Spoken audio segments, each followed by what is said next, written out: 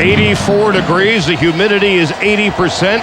The air is thick. And the night is heavy. And we're underway, and Miami will receive.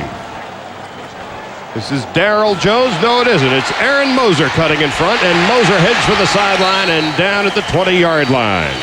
So now let's meet the offensive unit of the Miami Hurricanes. Scott Covington, the fifth-year senior, making his third start of the season. He's got a bevy of wonderful wide receivers led by sophomore Reggie Wayne, who broke the freshman receiving record that had been set by Michael Irvin. And the offensive line anchored by 280-pound senior Ty Wise.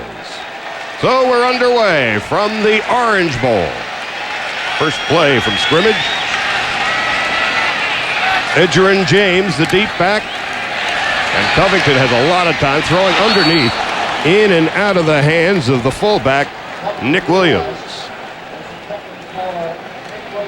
Now for the defense of Virginia Tech, John Engelberger. He is always a busy defensive end. He'll be in on a lot of tackles tonight, as will Lorenzo Ferguson, who last week set a Virginia Tech and Big East record with 3 interceptions. And the secondary, watch for Pearson Prelo. And he came up awfully big last year against Miami in the Virginia Tech 27-25 win at Blacksburg. Edgerrin James just gets a couple of yards up the gut. It is third down, about 7 to go. One of the things that Miami wanted to do is to be more effective on first down, and going to the play action incomplete has really hurt him here early in the drive. But Edgerrin James is the man.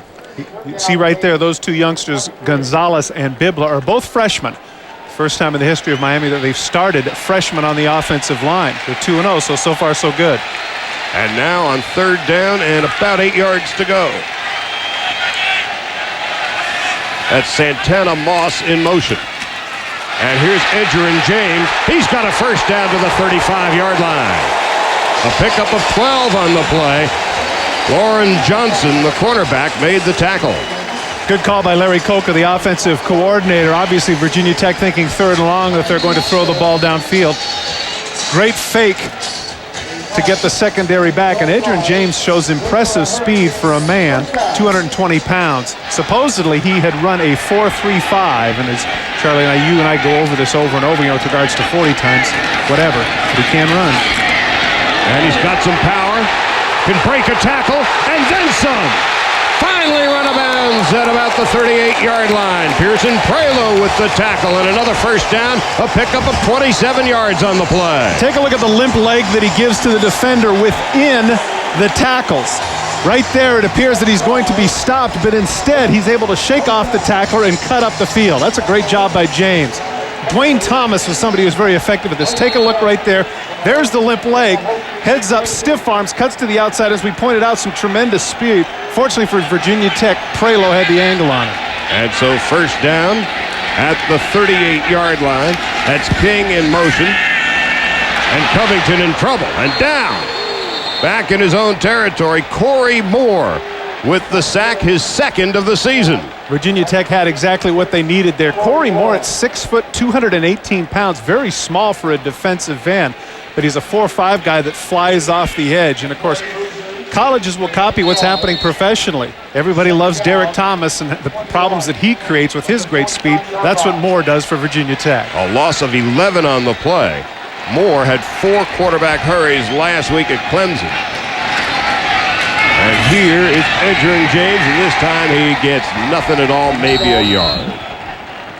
Pulling guard cut to the outside, and James thought he saw a sliver in between the tackles, but it wasn't to be. Now Miami comes up third and long, and the pressure goes back to Covington. Engelberger and Nate Williams, the interior of the Virginia Tech defensive line, made the tackle. And so it is third down and about 20 yards to go. Just underway. 12 and a half minutes to go, first quarter at the Orange Bowl. It's the Big East season opener for both clubs. Trips to the left. And Covington steps up, fires. Complete. No, it didn't. No, he trapped it. No. Andre King trapped it at the 29-yard line. It will be 4th down. Arguably the toughest throw for a quarterback is that deep comeback route, especially to the left if you're a right-hander and vice versa. You have to throw across your body and throw somewhere like 35 yards downfield. King is wide open. The protection is good, but the ball just isn't there. King unable to fool the official. Covington just didn't quite have enough arm strength to get it out there. Andy Crosland now will punt it away. Crosland averaging almost 42 yards per punt, and it's a good one. It'll be out of bounds at about the 12-yard line. Let's see, they're going to mark it way up there, about the 17-yard line. But there's a flag on the play back at the line of scrimmage. It's a Big East officiating crew headed by Dennis Hennigan. Ooh. Once again, the big issue here, Charlie, if it's holding against defense, was that before the punt? If it is, they'll tack it on. If it was, or excuse me, after the punt, if it's before, either way, Miami's certainly going to take it. That wasn't a very good punt, and it was after possession.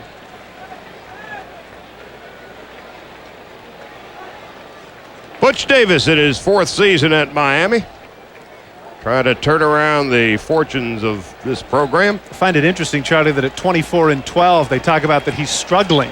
You know, how many coaches would like to have a 67% winning percentage? And, of course, Beamer at Virginia Tech. 5 straight bowl games for the Hokies over the last 5 years. He certainly has done a tremendous job with that program.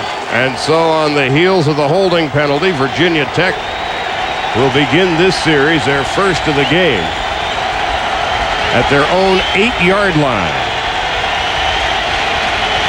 Harrison and Hall are the flankers to the top of the screen. And from the shotgun on the first play of the game, quarterback Al Clark. Throwing, sideline, and he completes it to Angelo Harrison. And Harrison is out of bounds at the 18-yard line. Now let's meet the offense of Virginia Tech. There's the quarterback, Al Clark. He is their everything, especially because of a bevy of young wide receivers, primarily untested. Although Ricky Hall caught a 56-yard touchdown pass last week at Clemson. Derek Smith and Dwight Vick are returning starters. Everybody else is new on the offensive line for the Hokies.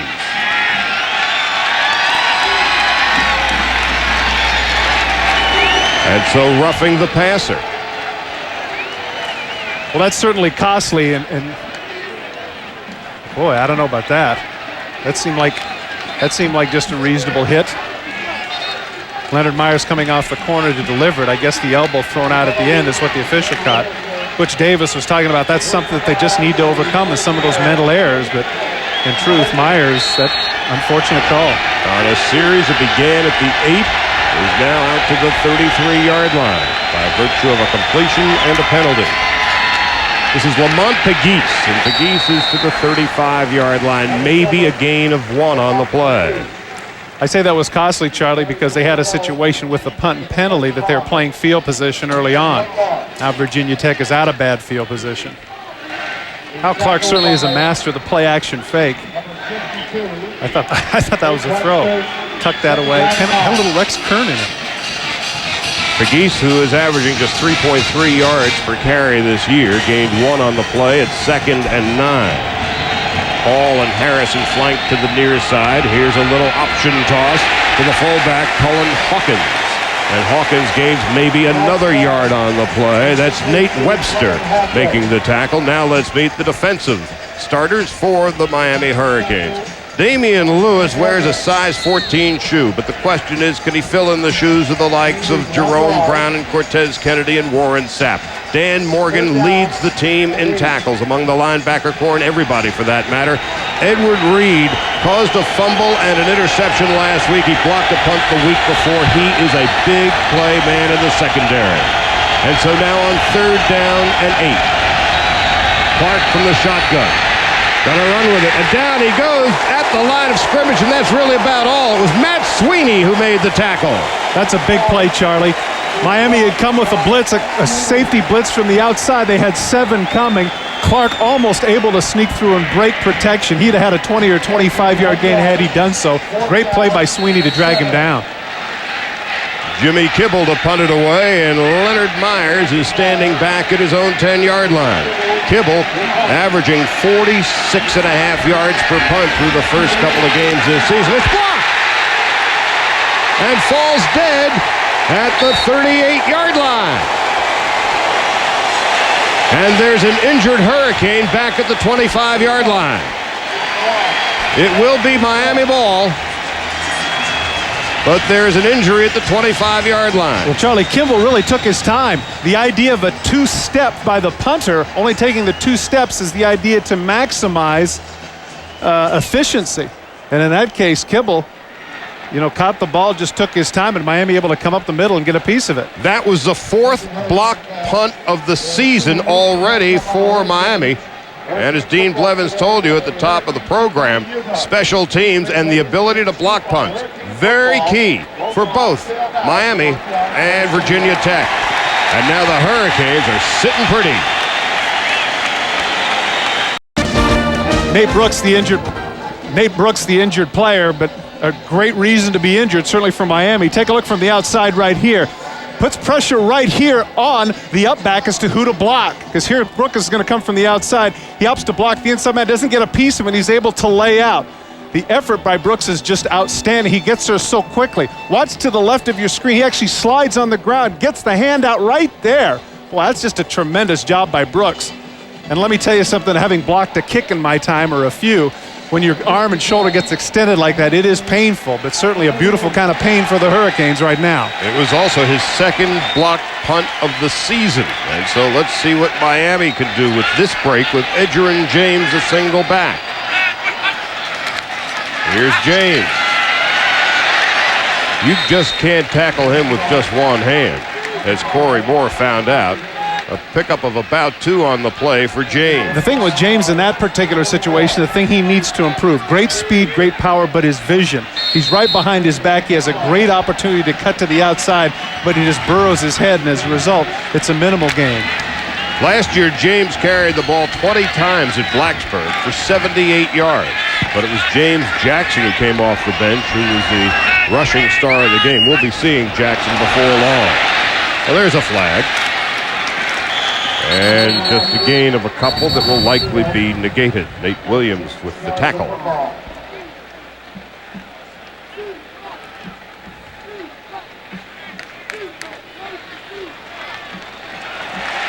Well, it's offside. Charlie, you and I did that game last year, and Jackson was just tremendous. He came off the bench with a couple of long runs, most prominently a 78-yard touchdown. One of the things that you can do in having 2 very different kinds of backs, James obviously is somebody who pounds in the inside. Jackson, with the nickname Jet, cuts to the outside and makes some people miss. So right now, I think that I like Miami's game plan. You want to pound some people inside to set up some play action passing later on.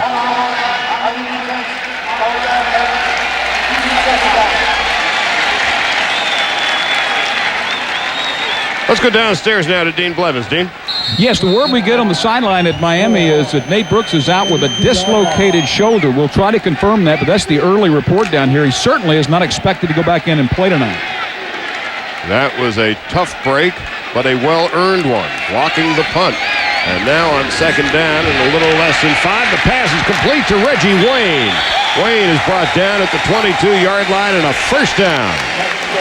Pickup of 11 on the play. When I asked Coach Butch Davis, who is your go-to guy if you had to pick somebody, he certainly said Wayne. Wayne is somebody who has the tremendous hands, more of a possession receiver.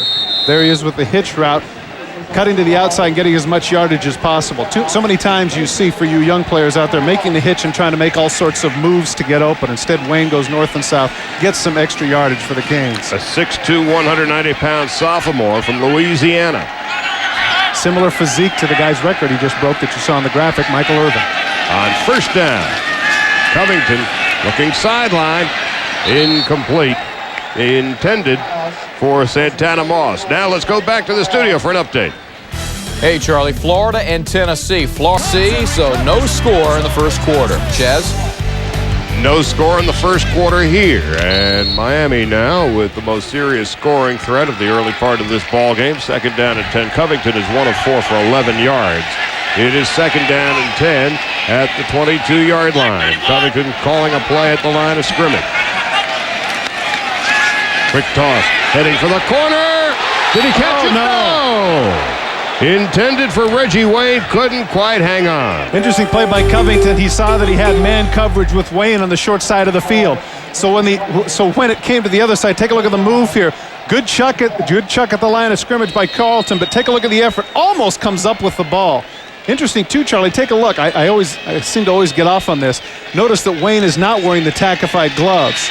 And on a night like this, which is so muggy, that actually might be a good idea because your hands are going to be wet. And so on 3rd down and 10 at the 21-yard line. Wayne and King flank to the left side. Fumble on the snap.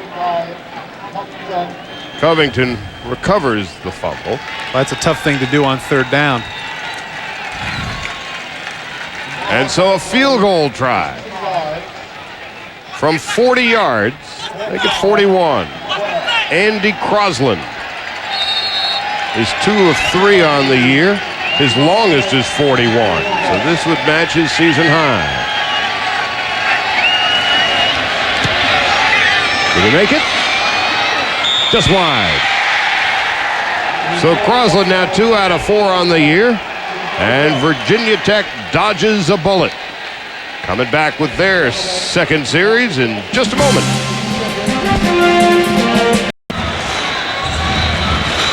And so now it's Virginia Tech's turn. Virginia Tech beat Miami last year in Blacksburg, 27-25. Virginia Tech has lost 4 of its last 5 games on the road. Lamont Pegues gets nothing at all. The ground game of Virginia Tech certainly hasn't fooled the defensive front of the Miami Hurricanes. And there's Dan Morgan, who's their leading tackler, with 38 through the first 2 games. 3 for a loss, now make it 4 for a loss. Interesting situation with regards to Morgan in the recruiting process. He was a running back linebacker, and 3 of the coaches said, we're not interested. There's nothing special about him, not blazing fast, not really all that tough, but you put on a football uniform and suddenly this guy's awesome. 2nd down and 11. That's Harrison in motion, and it's a fumble. Al Clark is able to dive on it. The pitch out fooled nobody. Michael Burrow was able to penetrate the front 4 of Virginia Tech. One of the difficulties that's been happening, or rather one of the things that Miami felt very confident about, is the fact that they could match up front 7 with the front 7 of Virginia Tech, and so far that seems to be the case, Charlie. Virginia Tech has been very ineffective in the running game. Michael Burrow making his 2nd start. When he started last week, it marked the first time a transfer student had started at Miami since 1985. Loss of 7 on the play. 3rd down and 18 from the I formation. Clark's in trouble. Clark is down at the 5-yard line. Edward Reed, Damon Lewis. Charlie, one of the things that Miami must have seen, this is the 3rd time that they blitzed somebody from the secondary. Reed is going to come from his strong safety position and penetrate. He just does an outstanding job. And now Kibble's punt falls dead at the 40-yard line. And so most of this first quarter has been played in Virginia Tech's territory. And Frank Beamer is disgusted with the early going. Well, the defense of Miami has certainly been dominant, pushing all the right buttons, and Bill Miller, defensive coordinator from Miami, has been concerned. Last year, of course, Miami gave up more yards than at any time in their history in one single season, particularly in the running game, and they're very determined to not have this happen again. And that is defensive coordinator Bill Miller. There he is right there, Bill Miller, very folksy fellow, enjoyed visiting with him. Edgerrin James around left end. Edgerrin James close to the 1st down, but a flag on the play. More than likely that's going to be holding, but Charlie, you're right, that was a terrific move. I'm always entertained by these 220, 230-pound backs that have the ability to move like he does and shake and bake. As Preston Pearson used to tell me when I was playing, he referred to it as sweet feet.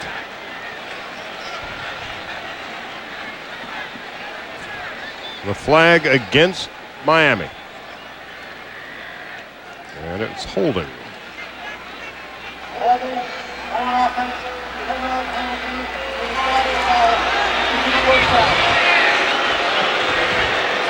Talking about the feet of James. Watch as he cuts to the outside. The cornerback comes out trying to protect to the outside, thinking that's where he's headed. Now watch the move.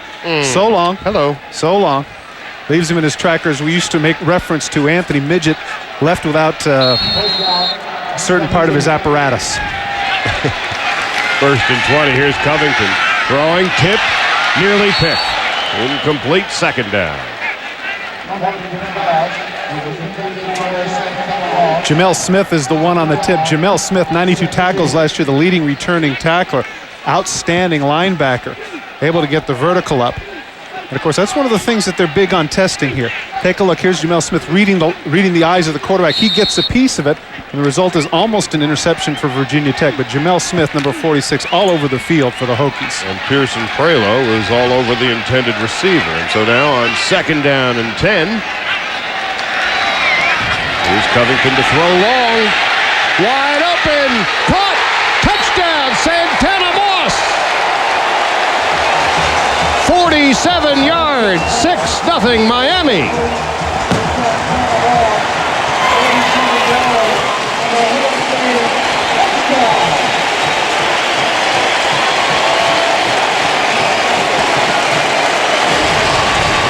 Santana Moss's first touchdown of the season. And Miami with the early lead. And since 1983, when Miami scores first, their record is 123-11. And under Butch Davis, 17-4 when they score first. And they now lead it 7-0 on the Santana Moss 47-yard touchdown pass from Scott Covington.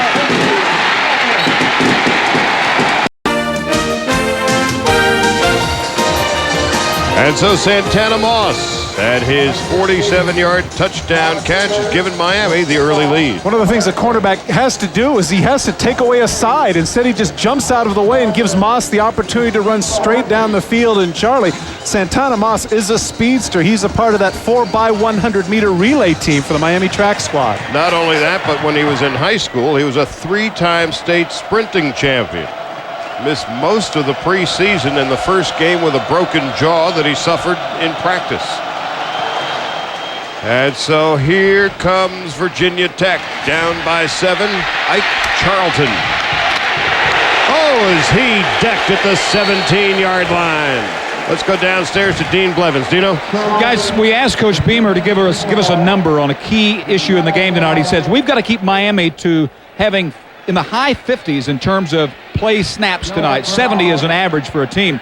He said if we give them a lot of plays, they've got too many tremendous talented athletes, and sooner or later they'll break a big play. He said, and then we're going to need some 3 and outs. But that's exactly what Frank Beamer's talking about. Miami's had a ton of plays here already, and they just busted the big one. 7-0 for Miami. And it's first and 10 for the Hokies at their own 21-yard line. Chiron Stiff is a deep back in the I formation, and that is Mr. Stiff. And Mr. Stiff is across the 25 and down to the 27-yard line. Charlie, Dean's point is a good one in terms of the quality, skill people that Miami has. However, I think it's incumbent upon the defensive backs for Virginia Tech to hit some receivers at the line of scrimmage. You cannot just let them run. They're just too fast. And offensively, Virginia Tech's got to do more than just 3 and out. Chiron Stith, who averaged so far this season almost 6.5 yards per carry, picked up about his average on that play. Second down, 4 to go. Here's Stith again. Can't circle the end. He's run out of bounds at about the 30-yard line, a couple of yards shy of the first down by Delvin Brown, the free safety. Charlie, so far Virginia Tech has 9 plays for 6 yards. It isn't crucial or any big deal right this minute, but it certainly would do a lot for them if they can get this first down, because the confidence factor right now for the offense of Virginia Tech is low. We told you at the top of the telecast that there were some significant questions about Virginia Tech's offense, what with only 3 returning starters. The left tackle and left guard, Smith and Vick, and the quarterback, Al Clark. Everybody else is starting for the first time. On third down and 1, here's Stith. Not this time. Brought down back at the 28-yard line. And the Miami defense, which was a question coming into not only this game, but this season, has loomed mighty large here. That's Nate Webster. One of the things they opted to do is they opted to shoot the gap here.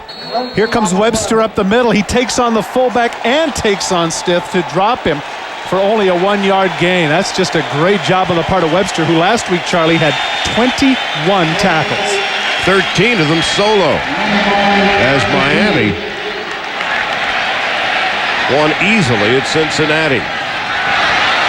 Leonard Myers across the 25 and down at about the 27 or 28-yard line. A 49-yard punt, a 7-yard return. This Thursday, it's going to be Arizona at San Diego State. With Ortez Jenkins and Keith Smith, the Wildcats have the luxury of 2 quarterbacks. The Aztecs, their strength is defense. Coverage starts with Thursday Game Night, presented by Coors Light, and it all preceded with Sports Center at 6:30. Charlie, Arizona has 2 of the most interesting names. Ortiz, as you mentioned, Jenkins, and their running back, Trung, T-R-U-N-G candidate. Well, not exactly the Manchurian candidate, but close enough. Meanwhile, an injury on the play.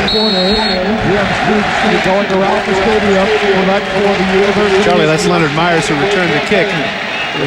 2 cornerbacks now from Miami are injured. That's something that Virginia Tech should be cognizant of when they get the ball back to put it up. Something we will keep an eye on. Edgerrin James, look at those quick feet. To the 34-yard line. And speaking of quick feet, Larry Beal. I'm going to show you some even quicker ones, Charlie. Never fails that when you key on the tailback every now and then, you can have that sucker play up the middle with the fullback and go the distance. After a gain of 6 by James, 2nd down and 4, they must get to the 38-yard line for the first down. Flag on the play. Edgerrin James again, this time brought down at the line of scrimmage. That's going to be a free play. Virginia Tech jumped off sides. One of the things I wanted to come back to with regards to that fullback run is that what an opportunity it is. Anymore, Charlie, the fullback rarely gets to touch the football, reminiscent of the old line about John McKay when his fullback came into the office and asked, you know, when do I get to touch the football? And he took the one off his desk and threw it to us. Offside on the defense, 5-yard penalty, first down. And said, there you go. John McKay also had that wonderful quote about when Tampa was just so awful. After a game, he said, what do you think about your team's execution? He says, I'm in favor of it. Not a bad idea. First down and 10 for the Hurricanes. Edgerrin James, the deep back. That's Santana Moss in motion. And here's Covington rolling, and run out of bounds. Corey Moore was in pursuit the entire time, Charlie. This man is really fast. At 6 foot 218 pounds, he is really causing some problems for Covington from the backside. Take a look at the left of your screen. Here's the misdirection fake. Now here comes Moore, collides, and he's in pursuit. And Covington can feel him from the backside running all the way across the field. 218 pounds and a 4.5 40. Boy, that's tough. And 56 reminds me of a pretty good, that's a good number for a backer. Joe Schmidt, LT, you know? Second down, 16 now, with King in motion. Here's Edgerrin James. Look at him go across the 40 to the 43-yard line. Picked up 10 on the play, well short of the first down, however, because of the penalty. Jamel Smith and Ike Carlton combined to make the tackle. It's going to be interesting here, Charlie, how they shake up the running back. Obviously, James is hot here. You know, he's running effectively. I wonder if he might get more than just say, you know, the quarter and the 2.5 quarters that he normally gets. Remember, they've got 3 excellent tailbacks to the Hurricanes. James Jackson, the sophomore who rushed for 142 yards last week, and the Jay Davenport, a freshman. Here's Covington throwing on the run, gets rid of it. The closest receiver was Reggie Wayne. And so on 4th down, Andy Crosland, who is not only the place kicker but also the punter, is on the field. He averages about 42 yards per kick. His longest of the season is 55. You know, the word beleaguered comes to mind as you look at Covington coming to the sidelines. He just has not had much time with the exception of the bomb to Moss. Angelo Harrison standing back at his own 20-yard line. A flag on the play. all the movement by Virginia Tech causes one of the Miami guys to jump, so that'll push him back 5. Prior to the snap, false start, offense, still 4th down. Now let's go downstairs to Dean Blevins. Dean? Guys, Leonard Myers here has just been taped by Scott McGonigal, the trainer from Miami. It's a slightly sprained ankle. He's been moving gingerly. They'll try to get him back in the game because, as you pointed out, Todd, a moment ago, both corners are out because Nate Brooks is out at least until halftime with that expected shoulder separation. They're going to check it then and see if he might be able to return.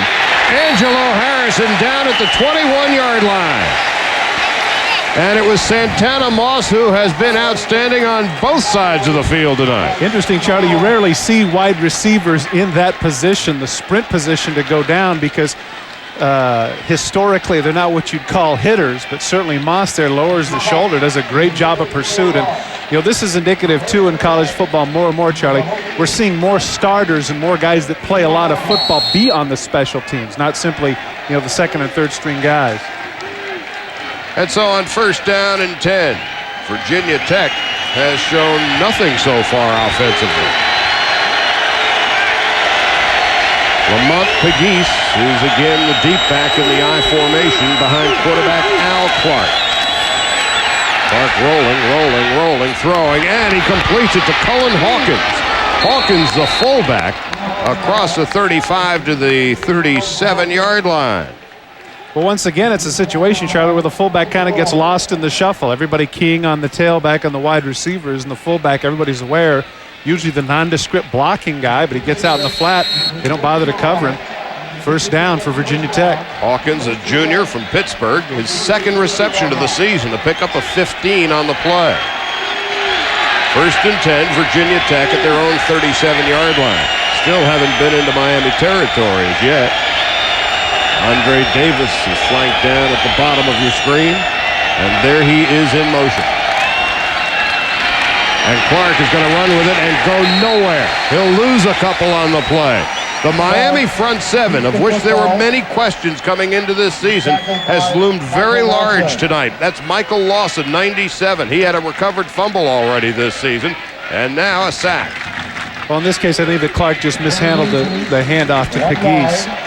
And he tried to do what he could to make the most of it, but it didn't work out. The generic football term is that Virginia Tech is out of sync at the moment. And so on 2nd down and 11. This time from the shotgun. And that's Davis in motion. And Clark running to the 40-yard line, and down he goes there. The tackle made by Edward Reed. Told you he was a big play player, and he has really played an outstanding game early on. Really has, and of course this is a great open field tackle. This is what drives defenses crazy. They come with the pressure, they flush Clark out of the pocket. Now he starts to run. You're thinking big play, here he goes, shake and bake, but Reed is right there to drop him at the 40. You know, last year Miami's defense recorded only 16 sacks and only 7 interceptions. And the end of the 1st quarter, and it's been a good one for the Hurricanes of Miami. Their defense has stymied the Hokies, and the offense responsible for a 47-yard touchdown pass to Santana Moss. 7-0 Hurricanes. So the Miami Hurricanes, who were slightly favored coming into this game, have played awfully well. And Virginia Tech 3rd and 7 at their own 40-yard line. Al Clark's throw is incomplete. Intended for Andre Davis. It is 4th down. Interesting, they're trailing on the play with the sprained ankle was Leonard Myers. A little bit hesitant, but fortunately for him, the ball was thrown a little bit low. Miami not only leads on the scoreboard, but look at the total yards. 108. And one of the things that Dean Blevins pointed out, which was very good, a very cogent point I might add, is the fact that Miami in the 1st quarter has had 19 plays. Now that figures out to about 78, way too many plays for Virginia Tech to be Flag on the play, running into the kicker. And so Jimmy Kibble has been run into, and that will give Virginia Tech 1st down. One of the things that shouldn't happen here is you do block a punt, but the chances of blocking 2 in a row are not good. And so the second time around, or third time around rather, you should be inclined to go with the return. They go with the block, it ends up being costly. Right there's the effort, and what are you going to do?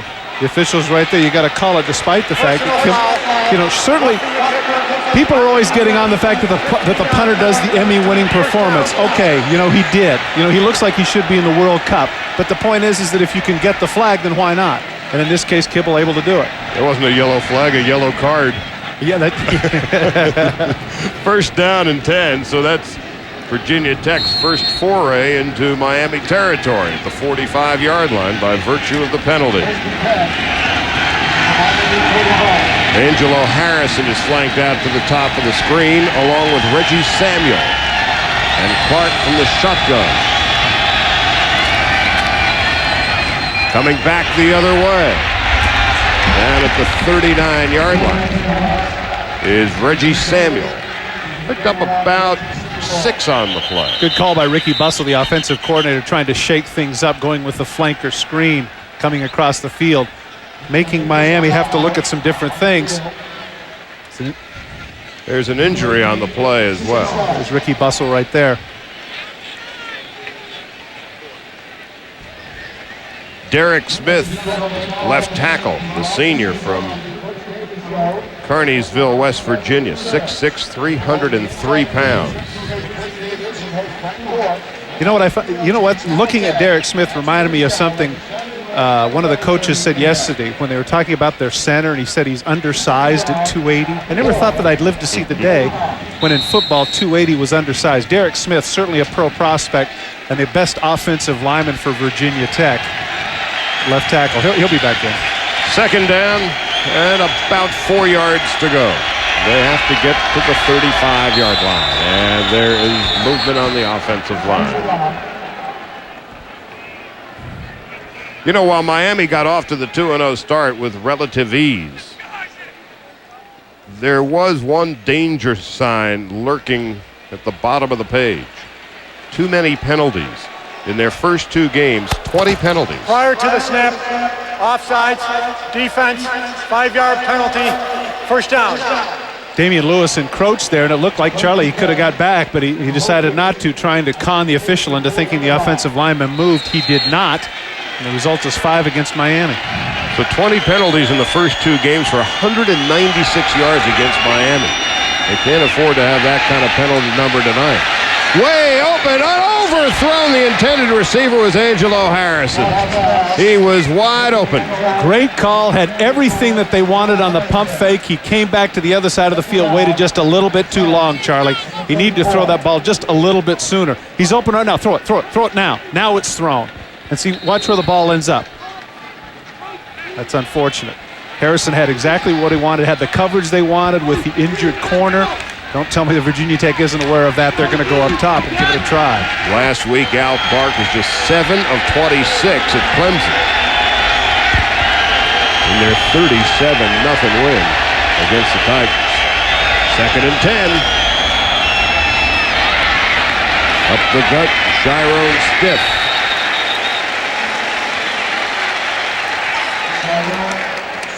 Nate Webster. I think Edward Reed was there also, and Michael Lawson, 97. So it's third down, about 8 yards to go. In order to get the first down, they must get to the 24-yard line. And the ball is currently situated at about the 32. Virginia Tech is going nowhere in a hurry on the ground tonight. I like a quarterback draw here, Charlie. Screen. Instead of screen pass. And very close to the first down. Well, he ran into his own man and completely a missed tackle on the part of the Miami defense, the Miami defender. It's a great effort. First down. Here comes the screen. The people are out. Now Stiff cuts upfield. There's the missed tackle, runs into his own man, but able to overcome that and lean forward and get the first. Great second effort on the part of Stiff. The sophomore from Chesapeake, Virginia. The Frank Beamer's team finally getting its offense in gear. Hawkins and Pegues in the I formation. And here's Clark.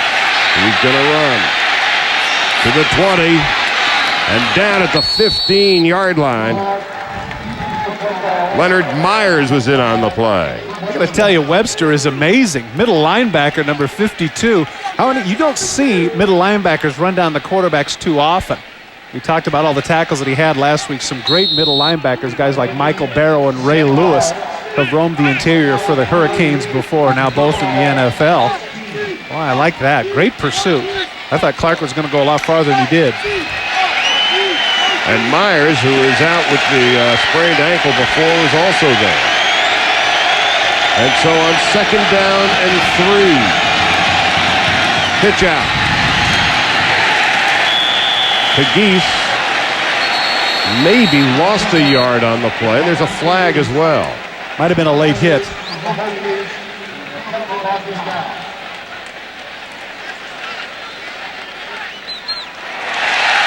Nope, against Virginia Tech.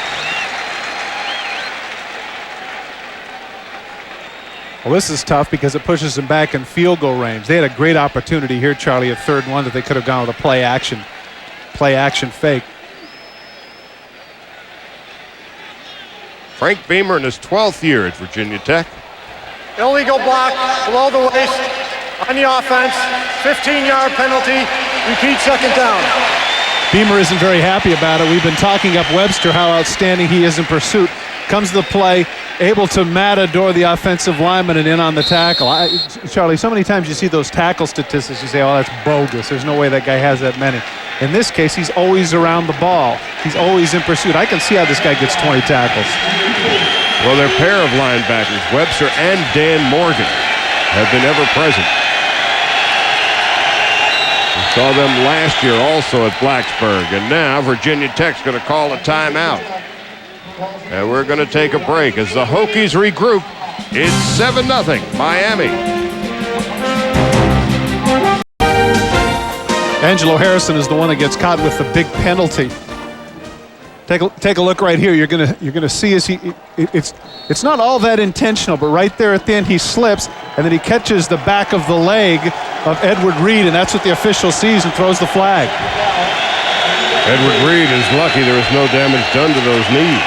This is the 11th play of the drive. It began at their own 22-yard line. Here come the Hokies on 2nd and long. Incomplete. The intended receiver was Angelo Harrison. Now let's go to Larry Beal. Larry? Yep, Charlie. Florida State taking control. They spotted Duke, an early touchdown, and it's all Noles now. Chris Winkie, Peter Warrick, slant pattern over the middle, touchdown. 38-10, Florida State. Get the feeling the Seminoles are a little angry? Yeah, and once again, you know what, Charlie? The way this thing shakes out, not that anybody wants to lose, but they lost at the right time if they had to lose a game. Because, you know, others are going to fall later on. They'll crawl back up into the ranks.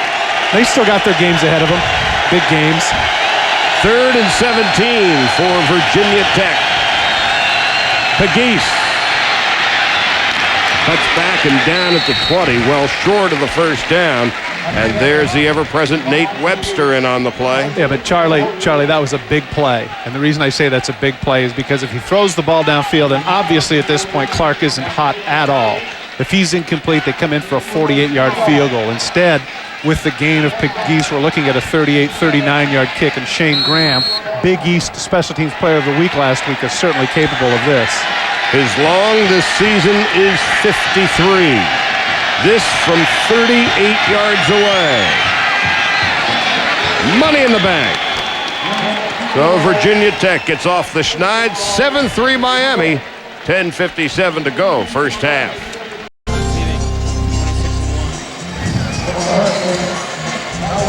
Darrell Jones and Aaron Moser standing deep following the 13-play, 58-yard drive that took 6 minutes and a 38-yard field goal by Shane Graham. So it's 7-3 Miami. Jimmy Kibble to kick it off.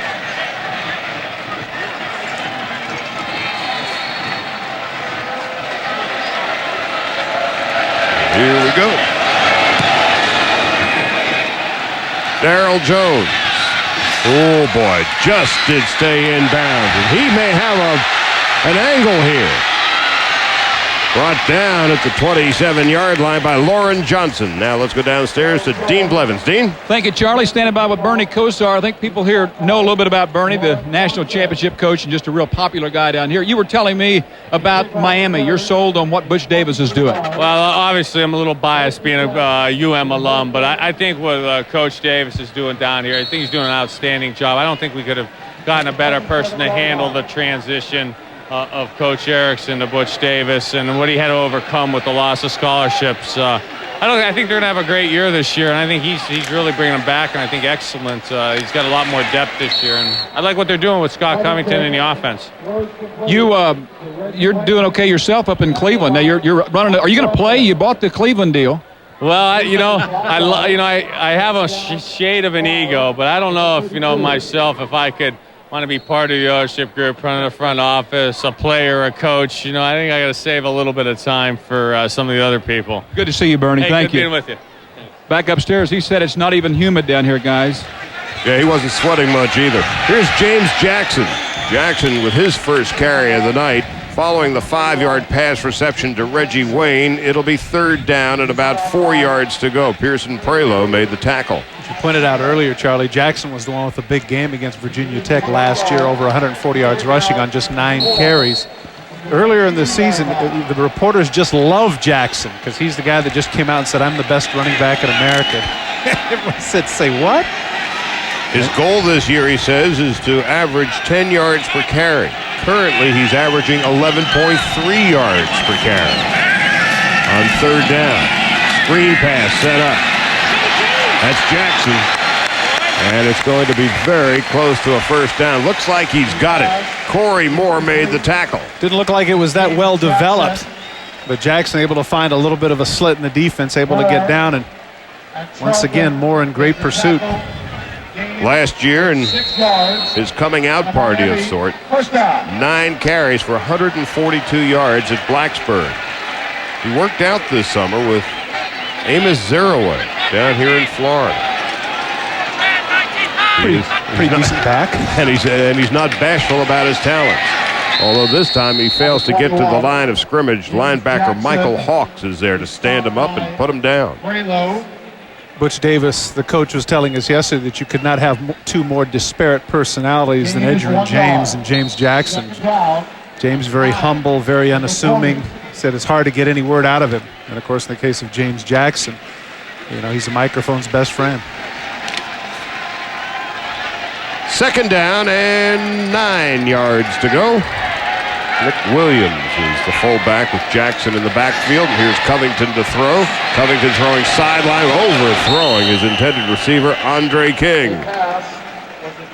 This is for serious football fans. Order the ESPN Game Plan college football pay-per-view package, and you'll get up to 100 college football games for the Big Ten, the Big 12, the ACC, the SEC, the Pac-10, the Big East, and the WAC conferences. To order, call DirecTV, PrimeStar, EchoStar, or your local cable company. ESPN Game Plan. So it's third down and 9 yards to go. Andre King flanked out to the top of the screen. A couple of flankers here at the bottom. Santana Moss and Reggie Wayne. And the whistles blow. I think that was Gonzalez moving on the right side. Charlie, we talked about that at the top of the show. Thus far, it certainly hasn't been a problem for Miami, and that is the 2 freshmen on the right side. For the first time in 20 years, Miami is starting 2 freshmen on the offensive line. 73, Joaquin Gonzalez, and 65, Martin Bibla, the right guard. Well, Gonzalez is a terrific story. He scored nearly 1,400 on his SATs, and a number of the Ivy League teams wanted him to go up there, and Miami did not offer him a scholarship. He wanted to stay home, wanted to play big-time football, so he walked on with a partial academic scholarship, and of course won the athletic scholarship, as you can see right there. Starting right tackle, he's a redshirt freshman. Very impressive. He turned down an academic scholarship from Harvard. And here's Covington throwing sideline, and it's caught. Yes! Santana Moss again. And another first down for the Hurricanes. A pickup of 27 yards.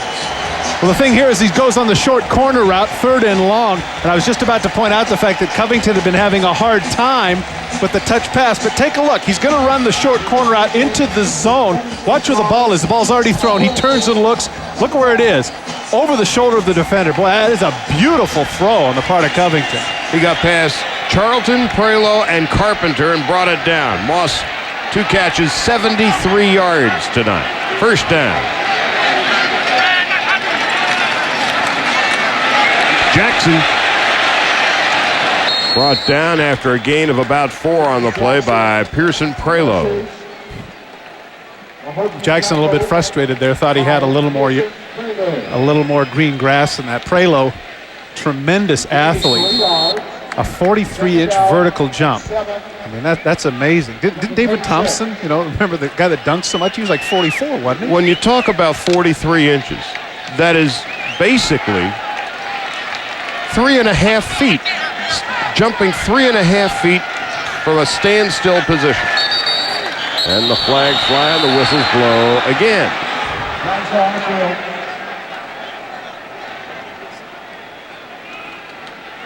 Boy, this will slow down the momentum in a hurry, won't it? 7th penalty against Miami tonight. Prior to the snap, false start on the offense, 5-yard penalty, still second down. 7 already. We told you earlier in the first 2 games they had a total of 20 penalties for 196 yards. Once again, take a look right here. This is the right tackle, Joaquin Gonzalez, trying to get an edge of the pass rushers. He moves his helmet a little bit. Good call by the official right on top of it.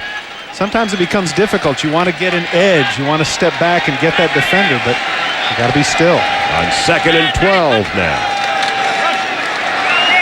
Covington throwing long. Incomplete, intended for Andre King. Charlie, that was a situation where Andre King needed to stay to the outside, and Covington's a little bit frustrated. He's got him on the up route, and instead King starts to fade to the inside. Take a look. Now he has him beat. He needs to stay out here. Instead, he comes back to the free safety. Now watch where the ball ends up. The ball ends up out here, where he thought he was going to have him away from the free safety. Andre King is a 24-year-old walk-on who spent 5 years in the Atlanta Braves minor league system. And he bagged a $450,000 signing bonus. Gave up on baseball and has come to Miami to play football. Here's Jackson. Still on his feet and finally down at the 31-yard line, but still a couple shy of the first down, and now a flag. Charlie, there's going to be a late hit. David Pugh, the defensive tackle, a little bit frustrated as Jackson breaks 2-3 tackles at the very end. Pugh lands on top of him after the whistle. They're going to tack on 15 for the Canes. And this is particularly a bad play when you consider where they are on the field. That would have been a 4th down, and they're a little bit out of field goal range. Instead, now they're going to have a 1st down. Personal foul, late hit on the defense, 15-yard penalty from the end of the run, 1st down. That man right there is not very happy. Watch at the end of the play. Clearly he's down, and Pugh is going to come from the right side, right in the middle of his back there with the helmet. The official, you can see him right there. 2 of them, in fact. Boy, that's not good football there. 71, David Pugh, a freshman. And so now 1st and 10. James Jackson to the 15-yard line. Maybe he gained a couple on the play. Ben Taylor, a linebacker, made the play. One thing Jackson is showing, though, Charlie, is that he's not just a scat back. He's lowered his shoulder and run over a few people in the play before, of course, breaking those tackles.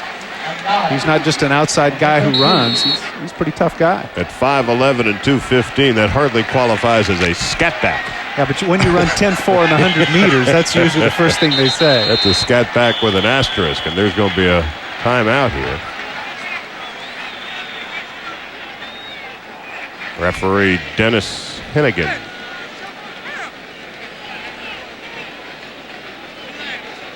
Big East officials, and they're talking to Covington, who is the quarterback and, of course, the team captain tonight. It is the official sports of the University. So they've used 3 minutes and 53 seconds on this 10-play, 58-yard drive so far, and one of the things that we talked about early was that Virginia Tech did not want to see Miami run up about 60 snaps from center, and they are well on their way toward that figure. the play clock, as you see, has gone kaflooey. And so they will keep that number operated down on the field. And here's Covington. Covington throwing toward the end zone. Touchdown, Miami! Reggie Wayne. This is outstanding coverage, or outstanding protection, rather, on the part of Miami. Wayne is going to run a little bit of a short corner route. He goes with the fade. Midget's right there, but he has all the time in the world, so he comes back to the ball on a very, very deep hook. He keeps his body between Midget and the ball. That's a great job by Wayne coming back to the ball and separating the defender from it with his body, his 6 foot, 290-pound body. A 15-yard touchdown pass blocked. And still in play. And finally brought down. So the kick is blocked, but a 15-yard touchdown pass from Scott Covington to Reggie Wayne. And it's now 13-3 Miami.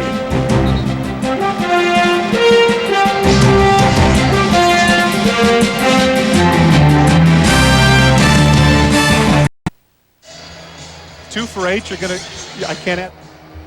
To 3 Miami. On the 15-yard touchdown pass to Reggie Wayne, a 13-play, 58-yard drive. And so the Hurricanes with a 10-point lead. And Reggie Wayne, who broke Michael Irvin's freshman record for receptions last year with 48 of them. And that was his 3rd touchdown catch of the season.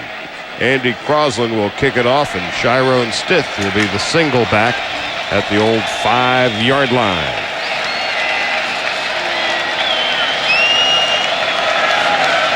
And there is Stith. And here comes the kick from Crosland. Stith from the 1. Nearly busted it and brought down at the 27-yard line. Todd? Just as we've been critical a little bit of the young freshmen on the offensive line, right guard and right tackle, Bibla and Gonzalez, take a look at what they do on this particular play. And you get a chance to see the time that Covington had to throw. Pumps once, able to step forward, pumps again, and finally drills the hook route. That's just great protection on the part of Miami, allowing Covington the 5-6 seconds required to get Wayne the ball in the end zone. And also, did you see the block by James Jackson? And so now it's 1st and 10 for Virginia Tech. And the question about their club coming into the game was all about the offense, and the offense, for the most part, hasn't shown a whole lot. A loss of a couple of yards on the play.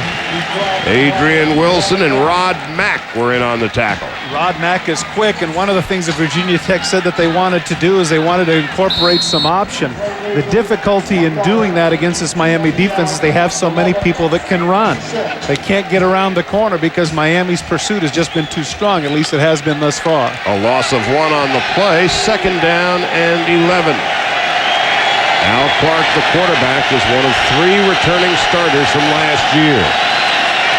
And here's Clark coming back the other way, and is dropped by Jarrett Ferguson. It will be 3rd down and 11.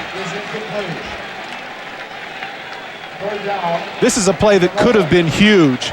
Take a look at Ferguson. Take a look at the fullback. He's going to sneak out there. Take a look at all the green grass out here if he's able to catch the ball. Clark is 5 of 9 now for 42 yards. That would have been Ferguson's first reception of the night, and the Hokies have had trouble on 3rd down. Clark, little shovel pass. That going to be enough for the 1st down? No, it's not.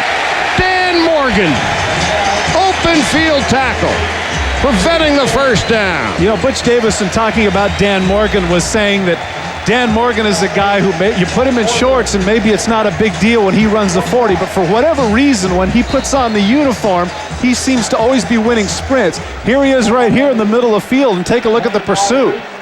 Boy, that's just great pursuit, great speed on the part of Morgan running stiff down. Dan Morgan has had games of 15 tackles or more his last 5 games in a row. Kibble's punt will drop dead at about the 27-yard line. This Sunday night, live at 8:15 Eastern on ESPN, it's the Eagles in Arizona. Irving Fryer leading the Eagles against Jake the Snake and the Cardinals. And then on Monday night on ABC Sports, Monday Night Football, the new time, 8 o'clock Eastern, it's the Cowboys and the Giants. Emmitt Smith leading the Cowboys. They take on Danny Kanell and the Giants. ESPN and ABC, your exclusive home for primetime NFL. 1st and 10 Miami at their own 28-yard line. They lead by 10. A little less than 5 minutes to go in the first half. And Edgerrin James slips and falls and loses a yard on the play.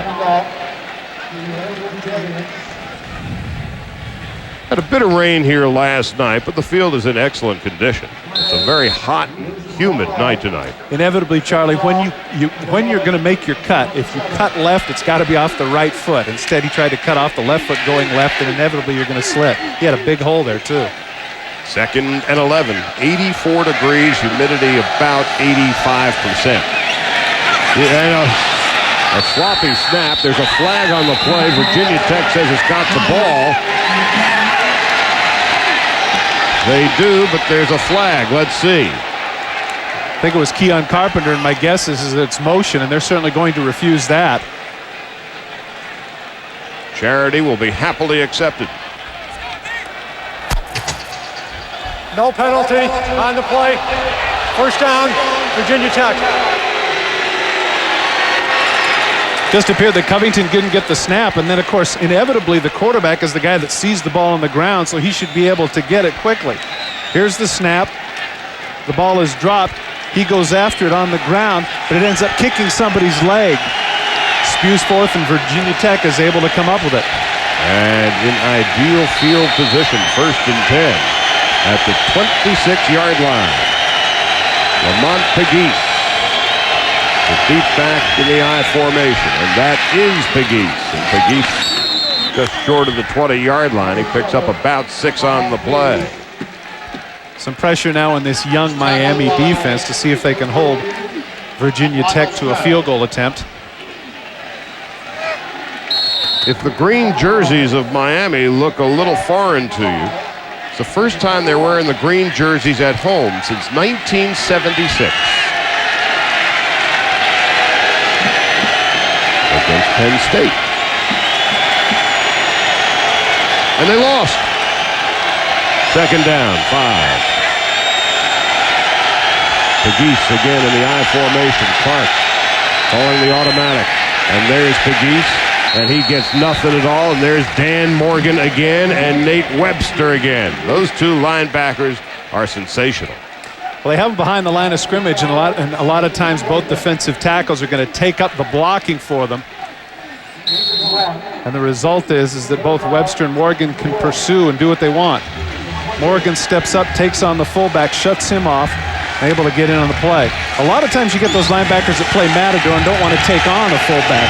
Morgan's not that tight, 220 pounds. He's a good one. 3rd down and 4, Virginia Tech. Just 1 of 7 on 3rd down tries. Did they get the 1st down this time? It looks like they did. Webster made the tackle.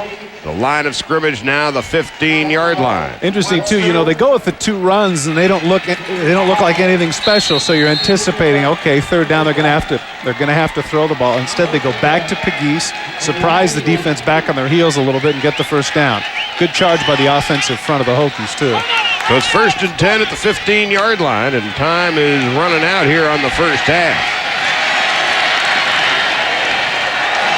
Pegues in the eye.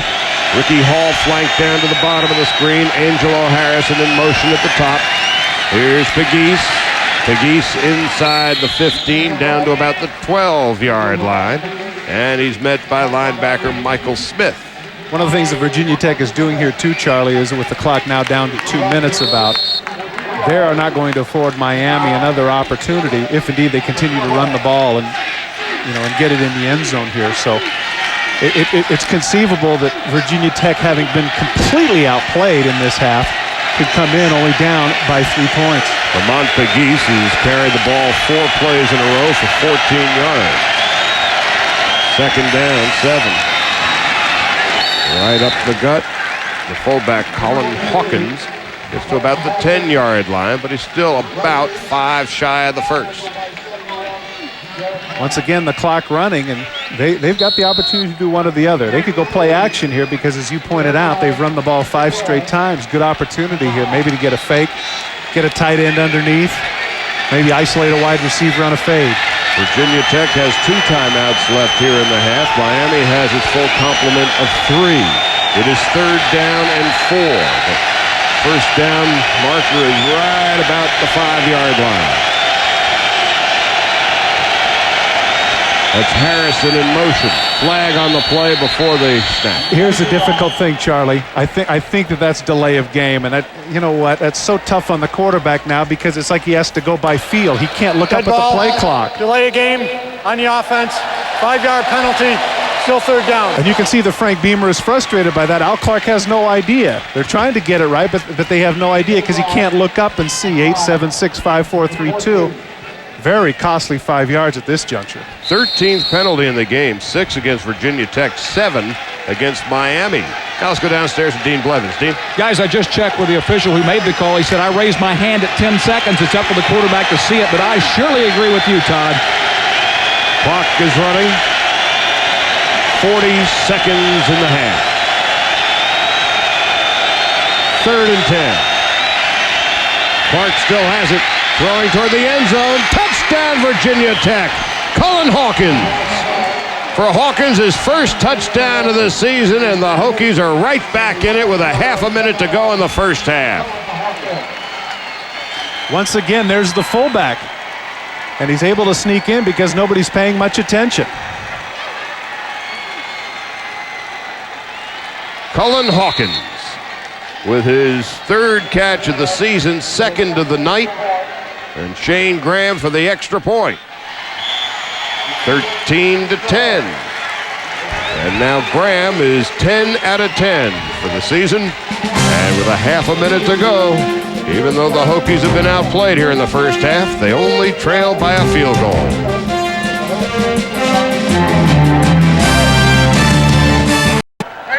Colin Hawkins has a lot to be happy about. Nice catch in the end zone, somewhat of a forgotten man. But right here he is. Nate Webster, who we talked so much about, actually has him in coverage, and he's going to lose him. He's going to be looking in the backfield. Now here, what a great job of getting lost, and he's going to come up and circle, and you saw Webster right there. He's just looking in the backfield. He's got to be on his man here. Take a look. He's looking at the quarterback. Now here he's going to come. Right to the left of him, there's Hawkins. He's got to back up with him. Instead he steps forward. That's my guy. Rats. Colin Hawkins has only carried the ball 4 times all year. And that was just his 3rd reception of the year. High, very short kickoff. And the fair catch at the 25-yard line. Now let's go to Larry Beal. Larry. All right, Charlie, the Buick halftime report is coming up, and Kirk and Lee will join us for a look at Florida, Tennessee, highlights and analysis. We will also have the top 25 rundown. Missouri and Ohio State closer than some might expect, plus never too early to start the Heisman watch. 30 seconds away. Well, the watch here says 30 seconds left in the first half. Miami has all 3 timeouts left. Line of scrimmage is their own 24-yard line. Let's see what they do with it. Well, has the look of just putting the knee to the ground, and that's exactly what they're going to do. Well, Charlie, once again, this is what we had pointed out. That's how costly the fumble is. You hear everybody booing. The body language of Virginia Tech is saying, hey, you know what? We played lousy. We did hardly anything right. And what's the score? It's 13 to 10. Miami completely outplayed them, but the Hokies have to feel pretty good going in at halftime. 1 turnover in the first half, and that led to Virginia Tech's only touchdown. But the Hurricanes lead it by 3 at the half. Now let's go back to the studio. It's time for halftime, and Larry Beal. Larry? All right, Charlie, thanks. Big stories coming up on the Buick halftime report.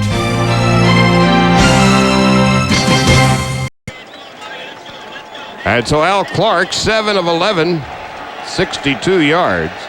And Edgerrin James, 9 carries, 63 yards.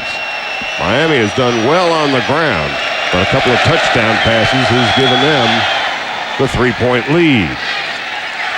Chiron Stiff to start the second half. Stith is brought down across the 25 to the 27-yard line. Now let's go downstairs to Dean Blevins. Dean. Guys, I visited with the coaches. Butch Davis said dumb mistakes have him frustrated at halftime. His team should have put this one away in the first half. He said that Virginia Tech is calling audibles defensively at the line of scrimmage, and it's causing his offense to jump. He said, I'm going to have them change the cadence, and our guys are going to have to listen to Scott Covington better. Frank Beamer said that we played terrible. We're lucky to be down only 3. He said we're going to mix it more up offensively and move our quarterback around a lot. He said defensively we're pleased, except we gave up the big play and we're letting them out of 3rd and longs with penalties. And so thankfully the play clock is working again. Sort of. And we're ready for the first play of the second half. An injury update. Nate Brooks, who blocked a punt in the first half, is out of the game with a dislocated shoulder. And now here is Moser. Well, there have been a number of high-speed collisions. As you pointed out at the top of the telecast, Charlie, it's the 3rd game of the season, and nobody wants to say it's crucial, but it's the Big East opener for both clubs. Both of them are unsure as to how good they are because they beat 2 teams and respectively that were not real tests for them. And so the result here is, you're seeing some people put it on the line, playing very hard. Statistically, in the first half,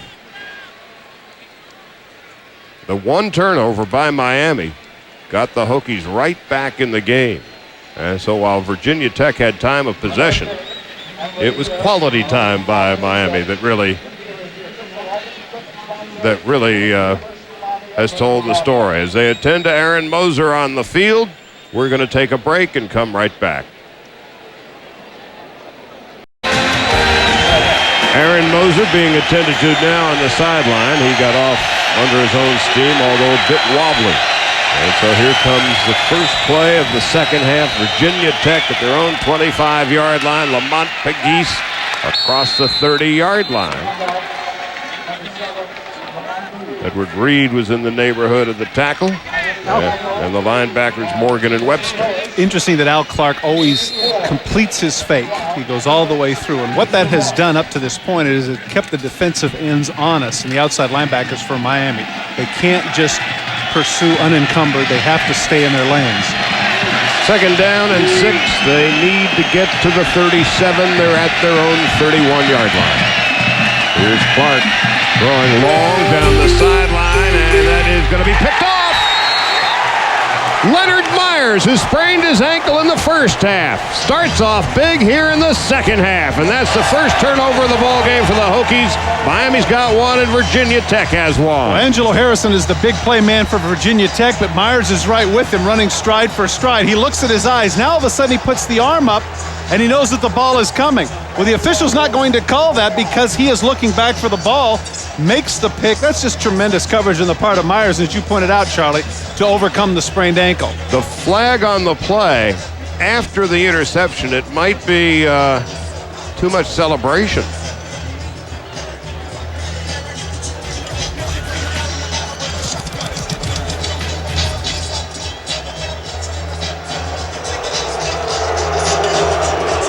Miami was too happy, and it's going to cost them. Once again, I'm concerned, Charlie, anytime the officials are empowered to legislate emotion. You make a big play, you get excited. There was no orchestrated celebration there. People came out and jumped on the field. Hugged their guy. It's one thing to stick the ball in the face of the other guy. Right. But to show legitimate emotion, it might be overplaying the official's hand. No matter, it's 1st and 10 for the Hurricanes. And here comes their first play of the second half. And that is Edgerrin James, and he's across the 10 to about the 15-yard line. John Engelberger, who began his career at Virginia Tech as a walk-on tight end, and now is among the leading tacklers of the Hokie defense, now a junior. Last year led the team with 6 sacks and 15 tackles for loss. A very good athlete. We're going to see a lot of Edgerrin James, I'm anticipating here, Charlie. Had over 70 yards rushing in the first half. They're going to call his number a lot. On 2nd down and 8. Here's Covington throwing over the middle, and it's picked off by Jamal Smith. Trying to take a page out of Virginia Tech's book. They run Edgerrin James on the circle route and try and get him the ball, but this is just a terrible throw on the part of Covington. Take a look. He's going to run the circle route right here. Right there is Jamel Smith. Here comes Edgerrin James. He's got him beat, but he throws just way behind him. Well, that's a tough throw, but give Jamel Smith credit for coming down, getting his hands underneath, and making a very nice catch. His first pick of the season. That's a second turnover by Miami tonight. Let's see if Virginia Tech can cash it in. First and 10 from the 25. Clark in the shotgun. Hall and Samuel the receivers. And Pegues is stood up by Dan Morgan. Let's go downstairs to Dean Blevins. Guys, a few moments ago, Aaron Moser rambled off, and he has a mild concussion. There is such a creature. He will not play any longer, number 26 for Miami. Guys, it is really loud. Even though the crowd is not tremendously large, this is a very loud stadium. You know, it's a mild concussion when it's not yours. I was just going to say, when it's somebody else's, never fails. Yeah. Dean makes a very astute point. I don't know what's mild about it. You can see that young man's in some pain, but that's part of the price you pay for being a special teams bomber.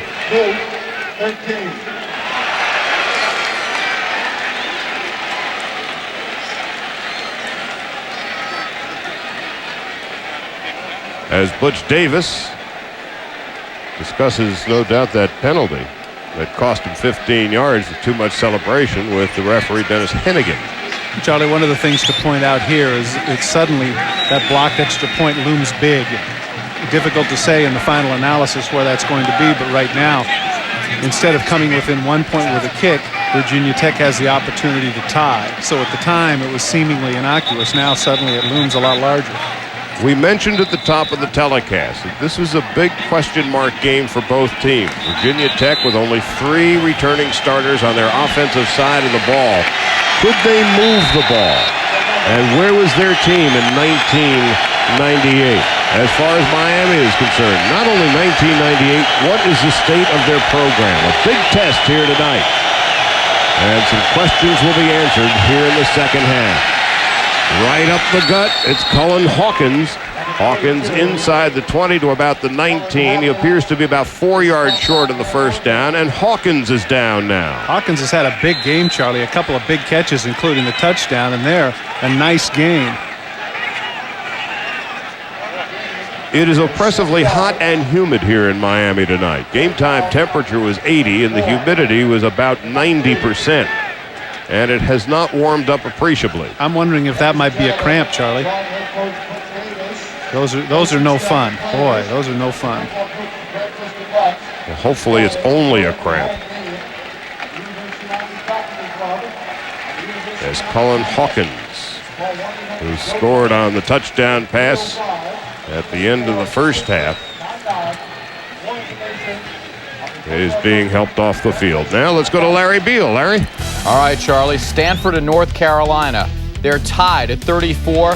Final minute. Joe Borchard put in a quarterback. This is his first snap, and I guess this is why he's in there.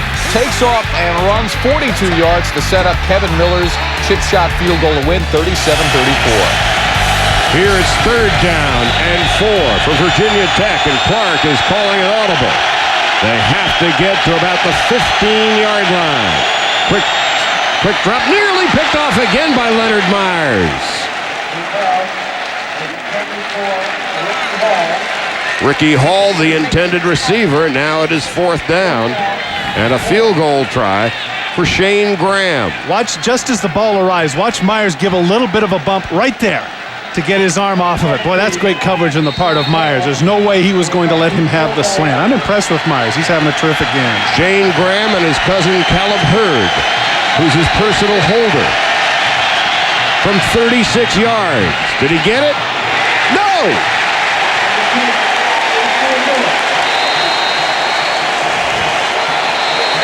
So Miami dodges a bullet. And you see Butch Davis saying, get off the field, get off the field. He's got some youngsters, some guys that get excited. He doesn't want another penalty like that. But he and Bill Miller have to be very pleased with the stand that Miami had there.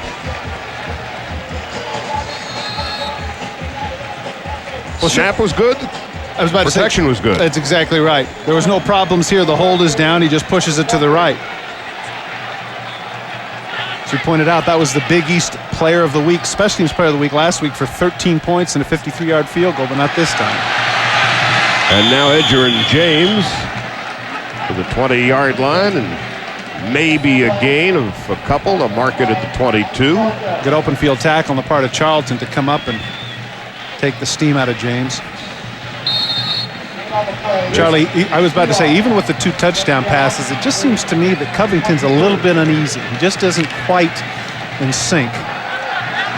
5th-year senior with his 3rd start of the season. First time he has been a starter. And here's a throw toward the sideline, and that's Santana Moss at the 41-yard line. He was in sync that time. Just as we were talking about that, he makes a very difficult throw. He's got the corner route moving to his left, which is always a difficult throw for the right-hander, and the young offensive tackle Gonzalez is on the ground. Joaquin Gonzalez, the freshman, who turned down an academic scholarship not only from Harvard, but Yale, Columbia, Brown, and Cornell wanted him. And he's a tough hombre. But a little confused. He was set to sprint over either to the huddle or the other side, and they had to point him in the other direction, saying, now you got to stay out of play. At least one play. And so it's 1st and 10 for the Hurricanes at their own 41-yard line. Edgerrin James plus 1 tackle, and he picks up about 3 more than he probably should have. Now let's go to Larry Beal. Charlie, keep your eyes on the ball. Marshall and South Carolina. Chad Pennington takes the snap, gives the ball to Doug Chapman. It's like the fumble-rooski, but this is legal because the ball is not placed down on the ground. Chapman runs for a touchdown for Marshall. They don't have Randy Moss anymore, but they do have Billy Malashevich, who kicked the game-winning field goal. Marshall beats South Carolina. You know, Charlie, last year we had Marshall. Keep your eye on Chad Pennington. I mean, that is a very good quarterback. I know that Moss was great, but Pennington did some good things. Edgerrin James, he's doing some good things. Edgerrin James inside the 40-yard line of Virginia Tech, brought down by Keon Carpenter, the free safety. Let's go downstairs now to Dean Blevins. Well, as Miami makes a big play, it's even tougher for Cullen Hawkins to watch it. The starting fullback out of the game, the first Hokie injured tonight. It could be a broken foot. They're taking him in for x-rays. Definitely out. Bad news for the Hokies, an 18-yard pickup for Edgerrin James. Good news for the Miami Hurricanes, as James is really beginning to heat up now in this oppressive humidity. 13 carries, 87 yards. That's Moss in motion. James up the gut. James fumbles.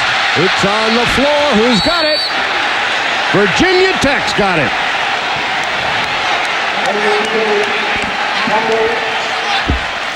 The 3rd turnover of the night for Miami. Now, Butch Davis trying to encourage his Chargers there. You saw him take the headset off and encourage and clap and say, that's okay, let's go, let's go. He understands that youth will be served, and that means some mistakes. The offensive line gets a terrific push. Take a look at James as he cuts through. He just loses the ball. Now, the ball is right there, right by his head, but he can't quite see it. The only ones that can see it are the Virginia Tech players, and they're able to come up with yet another turnover. Miami's last 3 possessions have resulted in turnovers. 1st and 10, Virginia Tech. Tyrone Stiff gets back to the line of scrimmage, if that. Charlie, one of the things that, as you pointed out, Frank Beamer had discussed as we look at Keon Carpenter, the tremendous free safety, and Santana Moss on the sidelines wondering what the deal is. Virginia Tech talked about how we cannot give Miami too many chances. Well, it's going the other way right now. Miami's giving the Hokies way too many chances.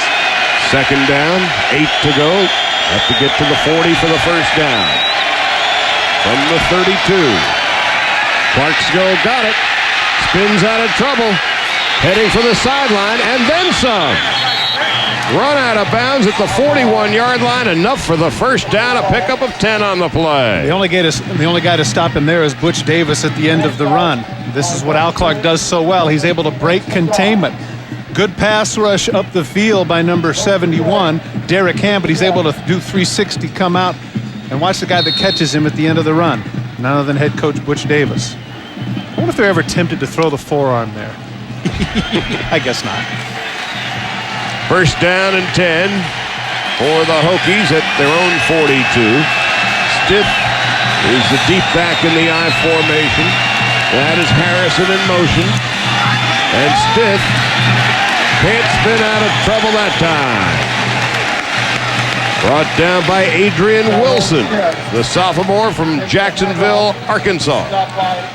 Now, one of the things that seems to be happening here, Charlie, is as we talked at the top of the show, at the end of the game, you look at Al Clark's statistics and you say, well, what's the big deal?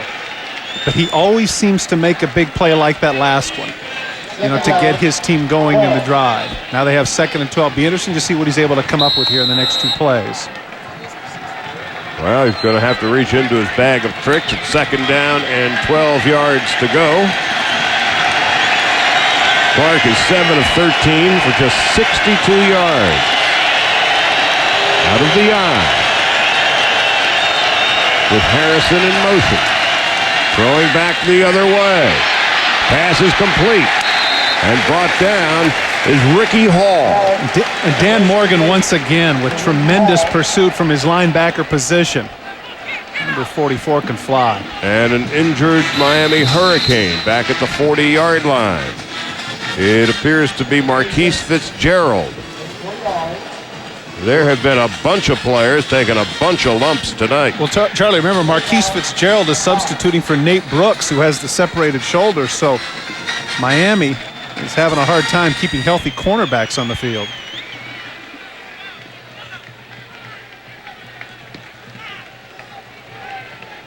As they attend to Marquise Fitzgerald. And also on the sideline now, Dan Morgan, Miami's leading tackler. This has been a bruising game tonight, being played in oppressive heat and humidity. Next Saturday, college game day at 11 o'clock in the morning Eastern time, and then to the Big Ten, Northwestern and Wisconsin, and the Great Dane. And then you will see on the Deuce, Pittsburgh and Alabama and Arkansas and Georgia Tech and North Carolina. That's next Saturday night.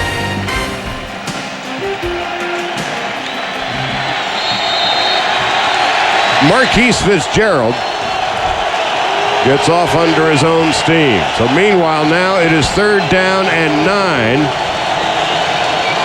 They have to get to the 48-yard line of Miami. And from the shotgun, Clark is going to be very close to the first down. He's going to be short by a yard, Charlie. Miami that time opted to go with the blitz. Remember, in the first half early, they were going with a lot of different blitzes, coming with 6 and 7 guys in the secondary. This time they flush him out. Clark able to elude it, but it's going to be 4th and about 1.5 here at midfield. And I'm thinking that it's a little early to try to go for it. Although, I don't know. No, Frank Beamer's not the kind of guy who's going to do that now.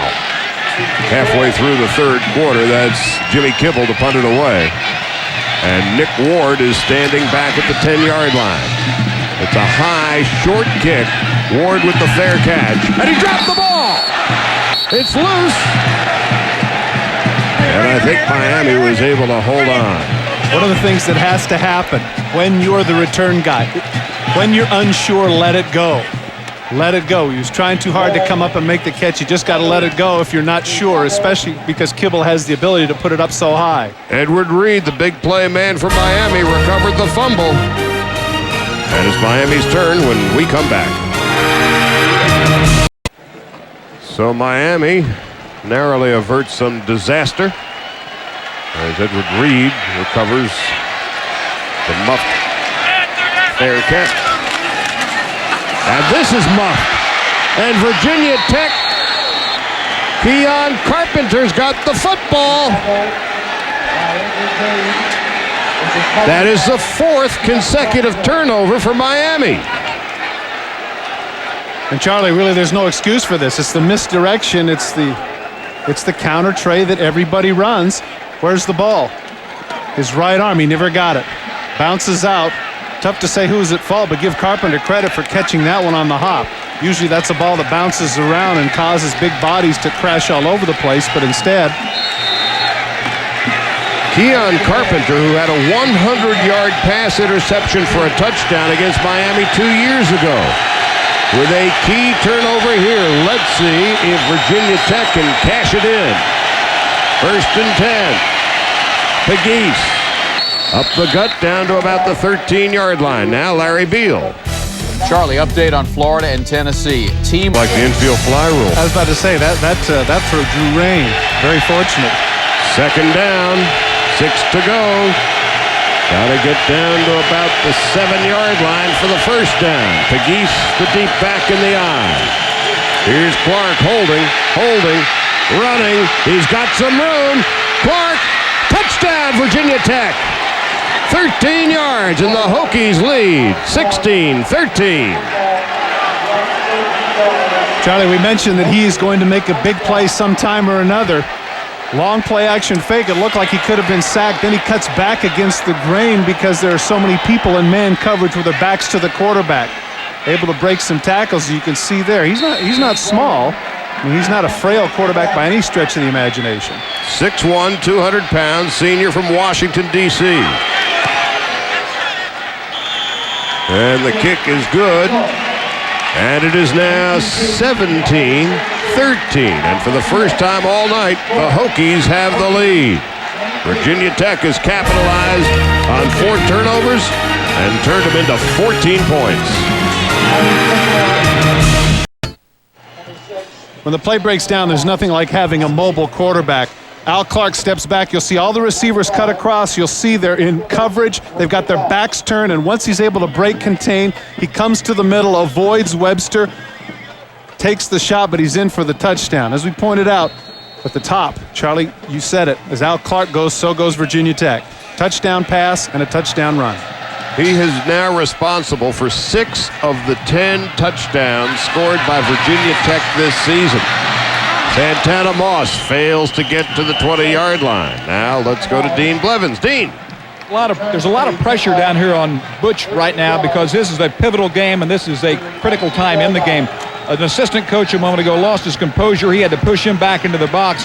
One of his players didn't signal to the coaching staff during the extra point, and so there was confusion, and Butch got control of it. He actually got one of his players on the sideline who was not with the rest of the team, brought him over and said, guys, we're as a team. We're working together, so this is a critical point for him. He's been a calming influence. 4 turnovers in their last 4 possessions. Can this young Miami team respond from these mistakes? Not this time. James Jackson brought down behind the line of scrimmage. What has to happen is that you don't decide that you want to do it on your own. James Jackson does not follow his interference, wants to cut back against the grain and see what he can do, and it's costly. Dean makes a very good point, and that is with regards to Butch Davis. He has been a calming influence. Every time they've had some problems, you've seen him come by and take care of business. There's the block, but once again, Moore in great pursuit, having a terrific game. Another tackle from behind the line of scrimmage, and now Miami wants to regain his composure, and they're going to call themselves a timeout. With 5 minutes and 46 seconds to go in the 3rd quarter, the Hurricanes have to regroup and do so in a hurry.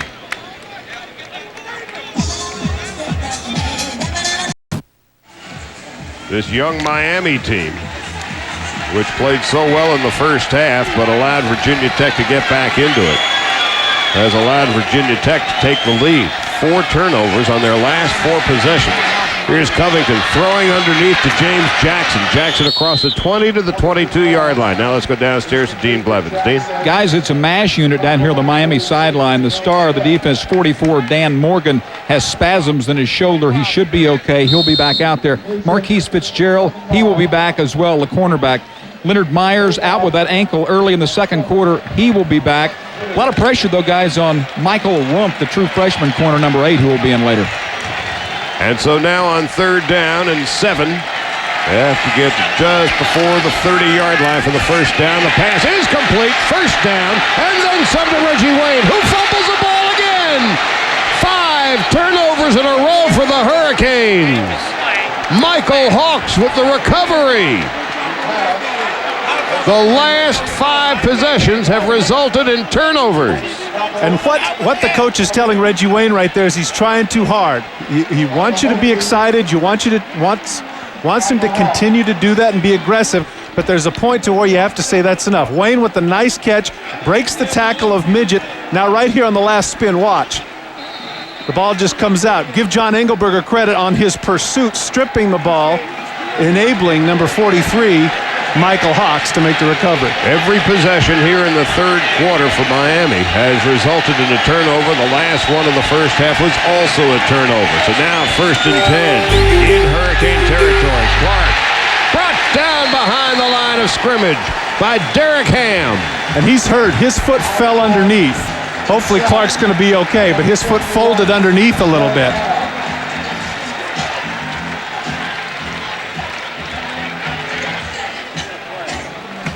Now keep in mind, he had knee surgery last year. Watch that right leg underneath. Oh, gosh, that ankle. That's got to hurt, but he bounced up. Man, young people are so resilient. Thank goodness it was grass. Yes, exactly right. Good point. 2nd down and 17 yards to go. The line of scrimmage now at the Hokie 45-yard line. The handoff is to Chiron Stith, who gets back into Miami territory at about the 49-yard line. Dan Morgan has returned to the field, and quite naturally, he was in on the tackle along with Damian Lewis. Dean pointed out the fact that there have been so many people hurt on the defense. This is a big play here, Charlie, for a lot of reasons. One is that Miami certainly wants to go 3 and out here and get their offense back on the field, simply because of the fact, Charlie, the defense has been on the field almost the entire 3rd quarter. They have to be fatigued in this heat and humidity. It was 84 degrees at kickoff. And humidity to match. 3rd down and 11. Clark appears to be okay. Throwing long over the middle, overthrowing his intended receiver, Bob Slokowski, the tight end.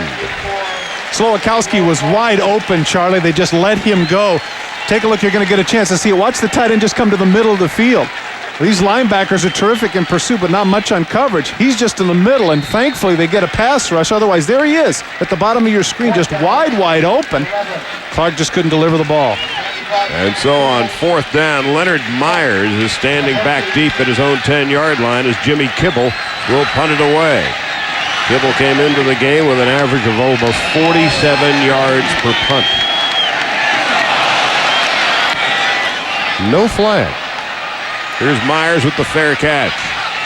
And he makes it at the 15-yard line. A 33-yard punt, no return. Interesting, there was actually a smattering of applause, Charlie, for catching the ball. And Butch Davis, ever the optimist, trying to fire up his troops. He's very aware of the fact that they're young. He knows that some people are going to make some mistakes, but they're still only down by 4 points, and if they don't turn the ball over, they might do something good. Well, let's see if Miami can follow through on a possession. 1st and 10 at the 16-yard line. Jackson is the deep back now behind Covington. And that's Moss in motion, and the flag flies. And here's Jackson across the 25-yard line, but let's see what that flag is all about. Keon Carpenter made the tackle.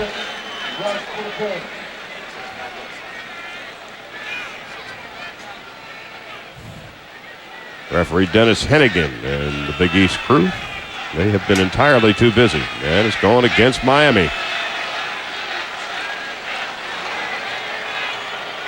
Big game for Jackson last year, as we pointed out, for Virginia Tech. Get a chance to see here in the 2nd half up at Blacksburg. That's why they call him the Jet. Gets to the outside, a 79-yard touchdown run. Part of his 140-plus yards. And he wasn't done yet. Comes in from 12 yards out. Had a great game last year against Virginia Tech. 9 carries, 142 yards. But Miami's running backs have not really busted one big yet tonight. So it's first down and 15. With the line of scrimmage back at their own 11-yard line.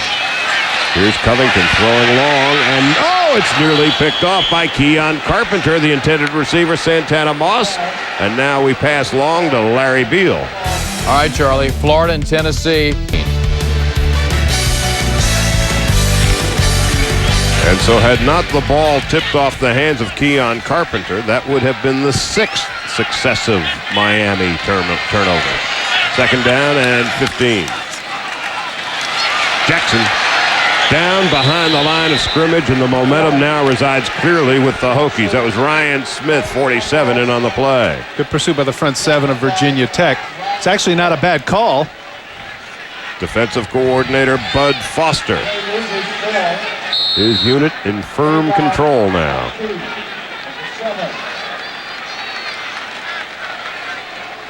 "12 years at Va-Tech. The amount of time that Frank Beamer has been patrolling the sidelines as the head coach. Third down and 19 for Miami. The Hurricanes have turned into a drizzle here in the third quarter. Covington in trouble. Big trouble. Gets rid of it.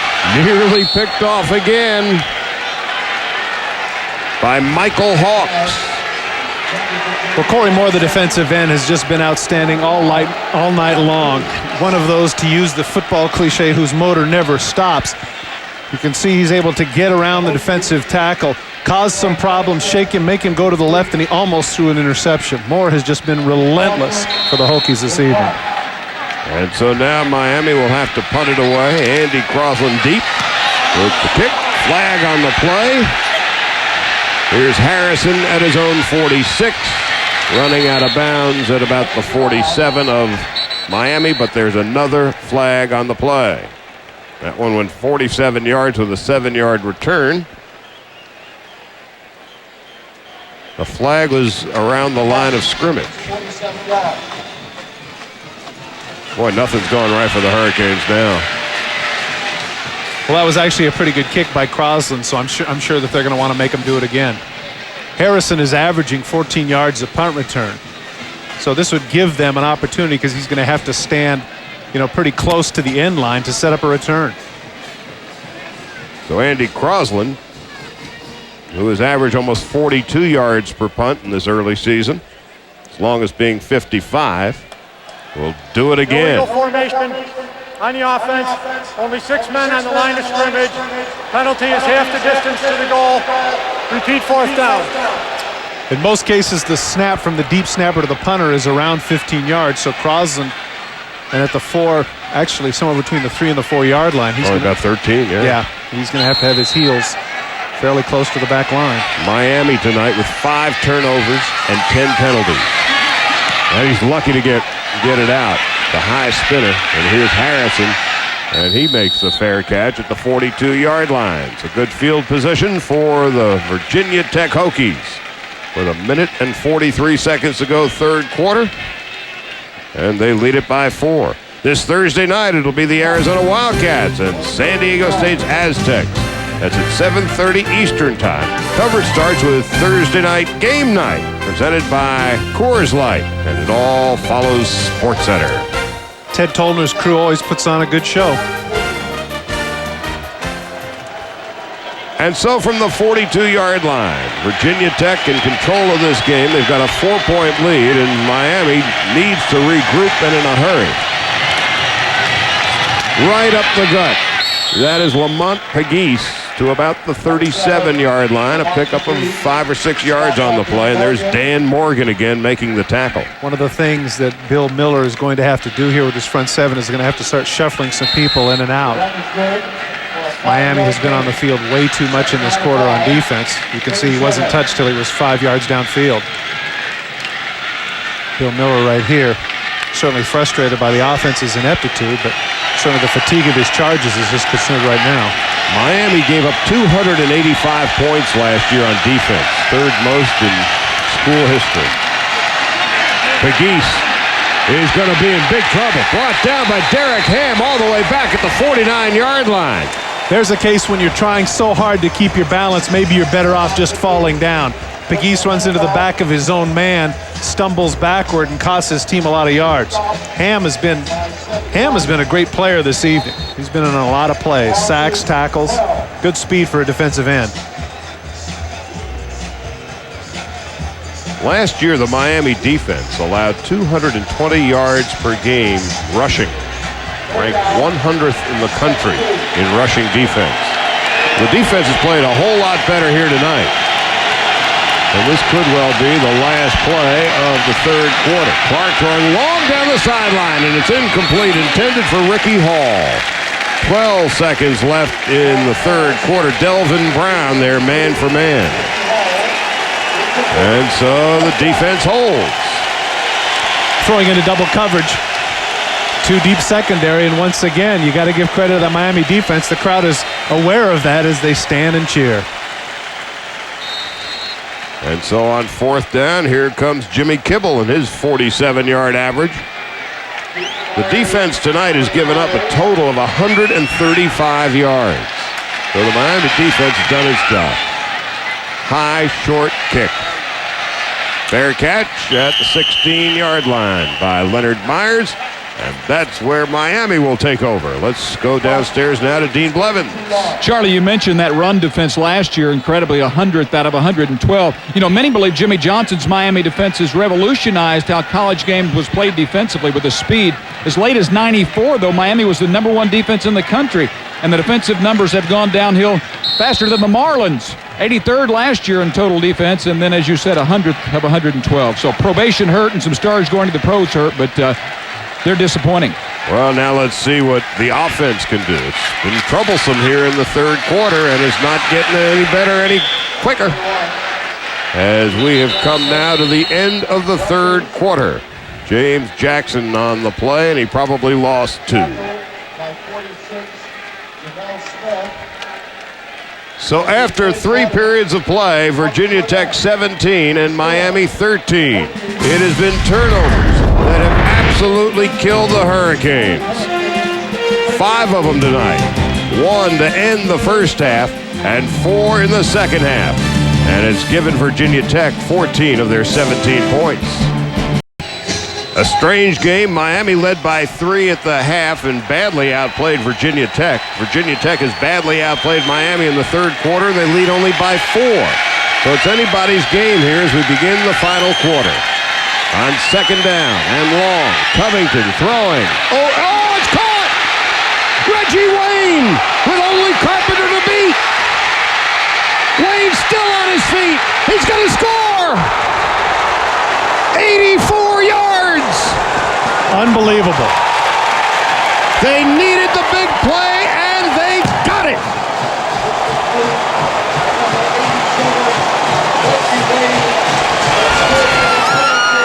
Reggie Wayne. Reggie Wayne is able to out-jump the defender who makes the mistake of going for the interception and mistiming his jump. In this case, boy, oh boy. That was... Boy, you can see it.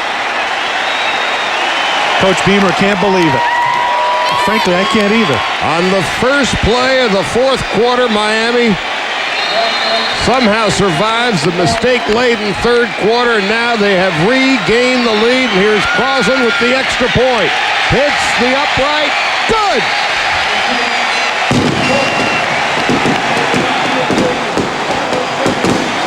So some early fourth quarter fireworks for the Hurricanes. An 84-yard touchdown pass and run from Covington to Reggie Wayne. Well, Covington doesn't. Ike Charlton has the pick. He thinks he jumps high, can't do it. Wayne is able to come up with the ball and give Miami credit here. First of all, a great run by Wayne. Now watch the block that he gets downfield. Get a chance once again to see the 6'2" Wayne get up. Makes a great catch and a tremendous run downfield. Now watch the blocks that he's going to get downfield here. Just whacked the guy, is able to get past Prelo and go the distance. A real shot in the arm for the Canes, and very fortunate for Covington because frankly, Charlie, I think he was just throwing up a jump ball. Reggie Wayne, who went to the same high school in New Orleans as Cordell Stewart.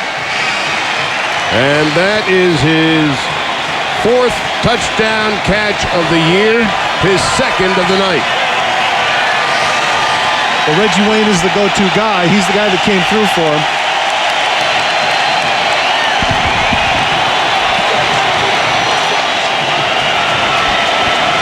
And so the Hurricanes, who were just bedazzled in the third quarter with 4 turnovers in as many possessions, come back on the very first play of the fourth quarter and regain the lead.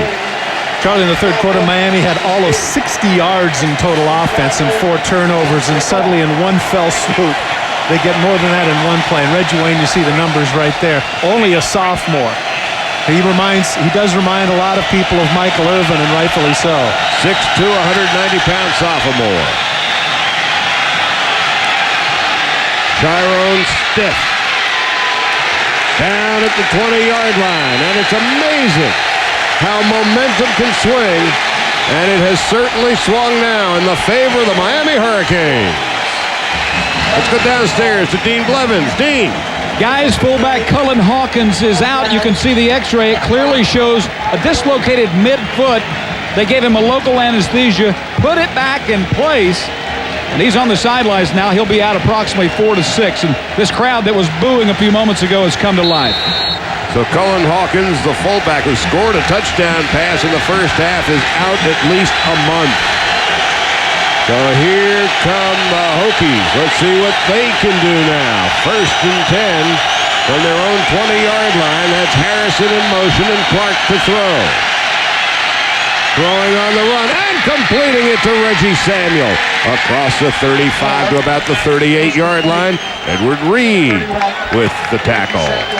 There is Reggie Wayne and Santana Moss.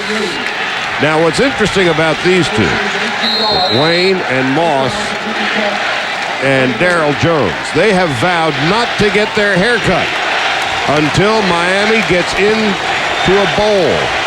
They made that vow in preseason practice. 1st and 10 for the Hokies at their own 39.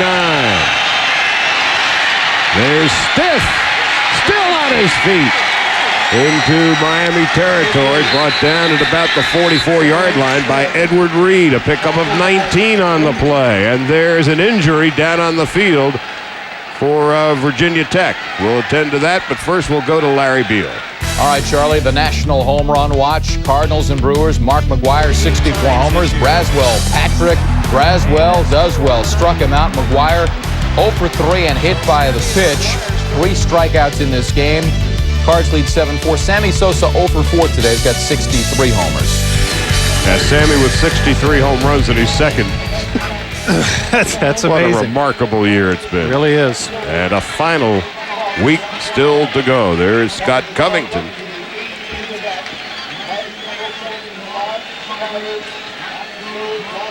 And speaking of baseball, tomorrow at 2 o'clock Eastern Time, it'll be the Reds and Cubs. Also tomorrow, we'll be cutting in live for all of the Mark McGwire at-bats. So this is the place to be, ESPN, for the final week of the Major League Baseball regular season and the home run chase. So, Charlie, who's your MVP? You're looking at him.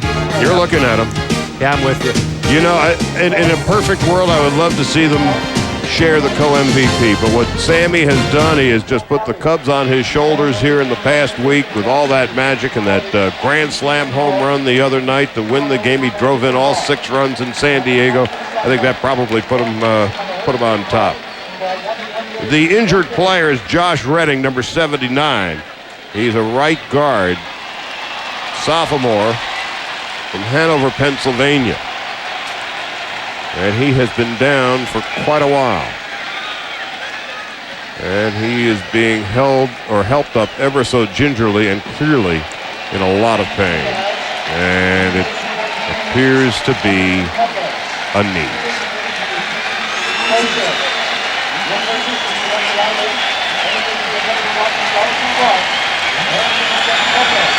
They had to take off his brace to get to it. Most offensive linemen now have the double braces to protect them.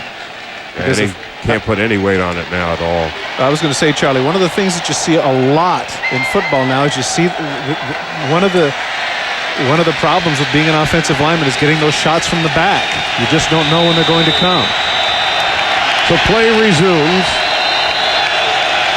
1st and 10 for the Hokies. And the line of scrimmage is the Miami 44-yard line. Here's Clark to throw. Long over the middle. Incomplete. Intended for Angelo Harrison all the way down at the goal line. Clark was under some duress on that throw. A lot of people are talking about the fact that he's not your classic drop back passer, but he shows a lot of courage here. Take a look as he steps up and gets absolutely whacked by Damian Lewis. And here's Harrison with the stride, bumped off his stride just enough that when he lays out, he can't hang on. Just off the fingertips. 2nd down and 10. This has not been the most aesthetic game of the year, but it's been filled with some big plays. And some not so smart. Yes, Damian Lewis. That's the 2nd time he's jumped offside. Miami had 20 penalties for 196 yards in their first 2 games that they won by a combined score of 104-29. Offsides on the defense, 5-yard penalty, still 2nd down.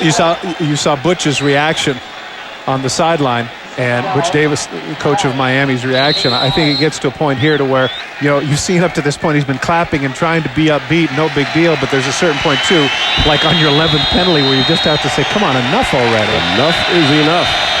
With the clock running early in the 4th quarter, Stiff is the deep back. And Stiff inside the 35-yard line, brought down by free safety Delvin Brown and Edward Reed, the strong safety. Once again, a reminder of the missed extra point. Well, Virginia Tech bogs down here, and if Miami can hang on, instead of still being behind, they can tie it up. 1st down on the play. As you pointed out earlier, Charlie, the number of yards that Virginia Tech had, not that many. The defense from Miami, you can't say enough about it. And how improved they are from last year. 1st and 10 at the 31. Stiff the deep back. That's Stiff again. He nearly busted it, brought down at the 24-yard line. Michael Smith bringing down Chiron Stiff. You can see the slow Miami Hurricanes getting off the ground slowly. They've been on the field so much. Here comes the 5th play of the drive. 2nd down and about 4 yards to go. Great opportunity here, Charlie, for a play-action pass. Andre Davis is now in the lineup. And that is he in motion. And Clark sidesteps a would-be tackler and is brought down at about the 18-yard line. They're trying to set up the screen, and what I'm going to say here, Charlie, is maybe I'm overstating it, but I'm saying 70 to 80% of the quarterbacks get sacked in that situation. Fakes, looks to his left, nobody is there. What do I do? Instead, you can see, great job by the secondary in coming up, but once again, Clark able to make something out of it. Instead of having to throw it in the ground and coming up 3rd down, he scrambles around, avoids some tacklers, and gets the 1st down inside the 20. Reggie Samuel was supposed to be the receiver on that screen. That was busted up, but Clark still made something out of it, including a 1st down. Don't be deceived by that 19 yards rushing. Of course, that includes the sacks, of which in a lot of cases he's not responsible. He has had some crucial runs in this game this evening. Miami by 3. The Miami vice tonight has been turnovers, and in spite of 5 of them, the Hurricanes still lead by 3 as we head to the final 11:45 of the 4th quarter, and Virginia Tech is on the move. That is Stiff again, short of the 1st down by about 3 yards, brought down at the 13-yard line. Let's go downstairs to Dean Blevins. Guys, Josh Redding out. It's apparently a torn cartilage. That's what we're told. He had a problem with that in high school where it's in and out, and apparently it is no ligament damage, though, so that would be good news for him. They'll take whatever good news they can on Josh Redding as they quickly ice it down. On 2nd down and 4, they're in the line of scrimmage about the 13-yard line. They give it to the up back, Jarrett Ferguson. And Ferguson is very close to the first down. Jeff Popovich is in on the tackle. Well, they're getting some big chunks on 1st and 2nd down inside the 20, and that doesn't bode well for the defense of the Canes.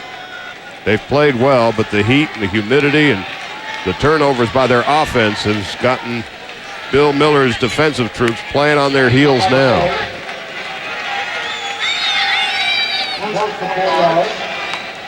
But they have played a very gritty game, this defensive unit of Miami, as they check to see whether or not Virginia Tech got themselves a first down. Well, Virginia Tech, Charlie, barely has 200 yards total offense, and we're already into the 4th quarter. So, I mean, it's a team game, so you can't say Miami's defense has done its job necessarily, but certainly they've played well enough to win or certainly be ahead by more than 3 points. 5 consecutive possessions in turnovers. It's cost Miami dearly tonight. And so it is 1st down and goal from just inside the 10. There's Stith again, and Stith is inside the 5-yard line. Miami is jamming 8 in the box. They know that they're going to run. And the difficulty here then is that now you know that the Virginia Tech people are starting to hear all the people, 2, 3, 4, 5, 6, 7, 8, all in the box trying to stop the run, but still Stith able to get nearly 5 yards on this carry.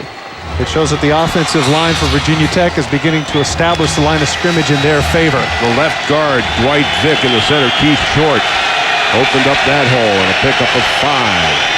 2nd and goal. They give it again to the up back Ferguson, this time to about the 3. Interesting question here, Charlie, as to whether or not this could be 4-down territory. I think that Frank Beamer is very confident in his offensive line. And now inside the 3-yard line, they can't get a first down. They've got to do something because play action would seem so obvious here. Be interesting to see the call. The offensive line for Virginia Tech has only 2 returning starters. On the left side, Derek Smith and Dwight Vick, the left tackle and the left guard. On 3rd and goal at the 3. Stith is the deep back. Clark is calling an automatic. There's Stith. Stood up at the 2.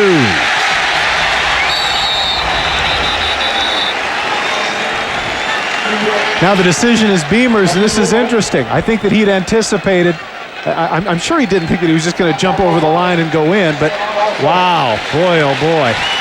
He's going to go for the field goal. See, that surprises me because if you know you're going to go for the field goal there, why not go with the play action? Why not let Clark roll out and run and pass? The guy's been so effective up to this point. And so Shane Graham, a remarkably consistent field goal kicker, has tied the score on a 19-yard field goal. 8:35 left, and it's anybody's game. 20-20.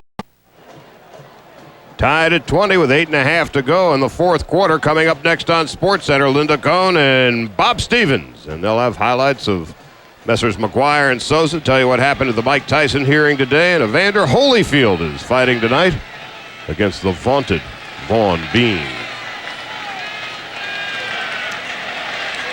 And that is Darryl Jones standing deep along with Santana Moss awaiting the kick. Jimmy Kibble. The high, deep kick. And Moss at the goal line. Moss still on his feet. Moss with a terrific return to about the 31-yard line. Now let's go downstairs to Dean Blevins. Guys, a lot happened on the sideline before that 3rd down call. Frank Beamer okayed the play call, giving credit to Ricky Bussell, saying, yeah, that's the 3rd down call we want. Al Clark audibled at the line of scrimmage into the play that they had been running. Obviously, it did not work, but Frank Beamer did not hesitate at that point in kicking the field goal.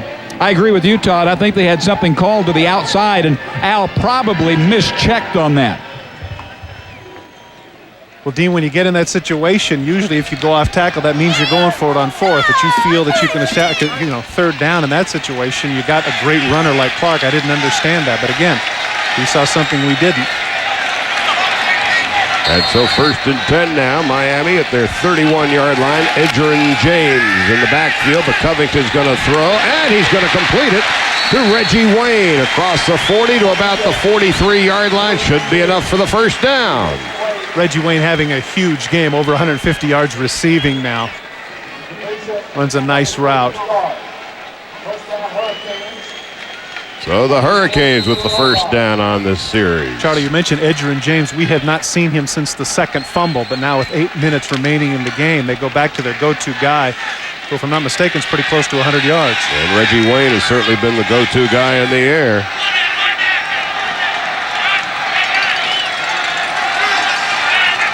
That's Fulcher in motion, and that's James. Can he get around? He is belted down at the 45-yard line by Keon Carpenter, and boy, he has had an outstanding game. Carpenter, the free safety. Well, he would not let James get around him, and James certainly has the speed to do just that. Take a look at the front seven of Virginia Tech. They're going to stuff the play between the tackles and force James to cut to the outside. Look at the push by the Virginia Tech people, and James able to do what he can. Deals with the stiff arm. You're right, Charlie. Carpenter's had an outstanding game. There's an injury on the play for Miami. It's the freshman right guard, Martin Bibla. And he is limping off now.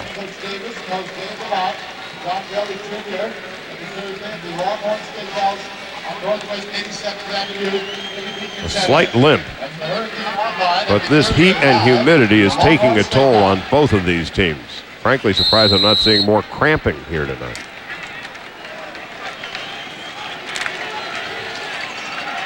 Bibble, the right guard right here. You can see at the end of the play, his ankle turns a little bit. I think a lot of that, though, Charlie, is fatigue more than anything else. I think you're right.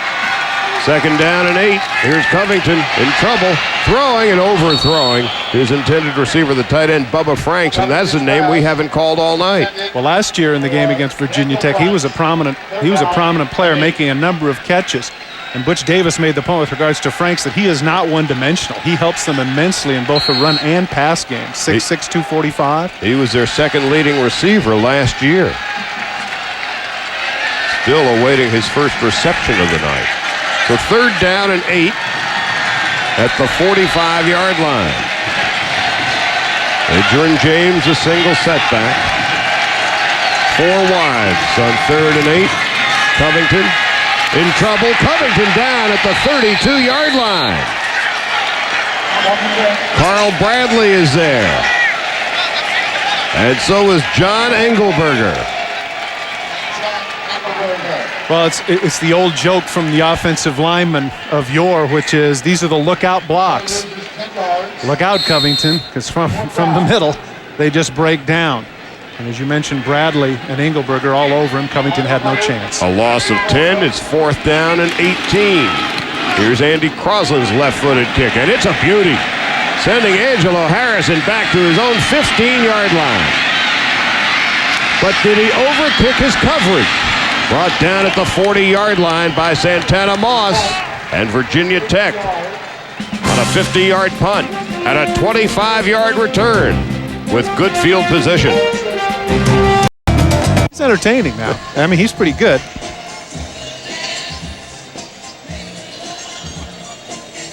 Special teams has been a big issue. Special teams has been a big issue in this particular game between Virginia Tech and Miami. The kicking game, as documented by Dean Blevins at the top of the show, was going to be a big issue. First of all, you had the block punt by Nate Brown, which gave Miami good field position. And then the block extra point by John Engelberger, which looms huge now. Instead of being down by 1, the score is tied. Shane Graham, the reliable place kicker, pushes one wide for Virginia Tech. Certainly special teams have been an issue this evening. And a 25-yard punt return by that man, Angelo Harrison, has given Virginia Tech excellent field position. 1st and 10 at their own 40-yard line. Lamont Pegues is now back in the lineup as the deep back. And Pegues gets nothing, brought down behind the line of scrimmage. Damian Lewis is in on the tackle, and Scott Covington trying to get some fresh air. Let's go downstairs once again to Dean Blevins. Guys, it's a bruised shoulder. The trainers tell me he's never had a problem with it before. He's been getting it massaged. He'll be back in. Shouldn't be that big a problem. And this is where Covington got hit and suffered the bruised shoulder, but apparently is okay. It is oppressively hot and humid here tonight.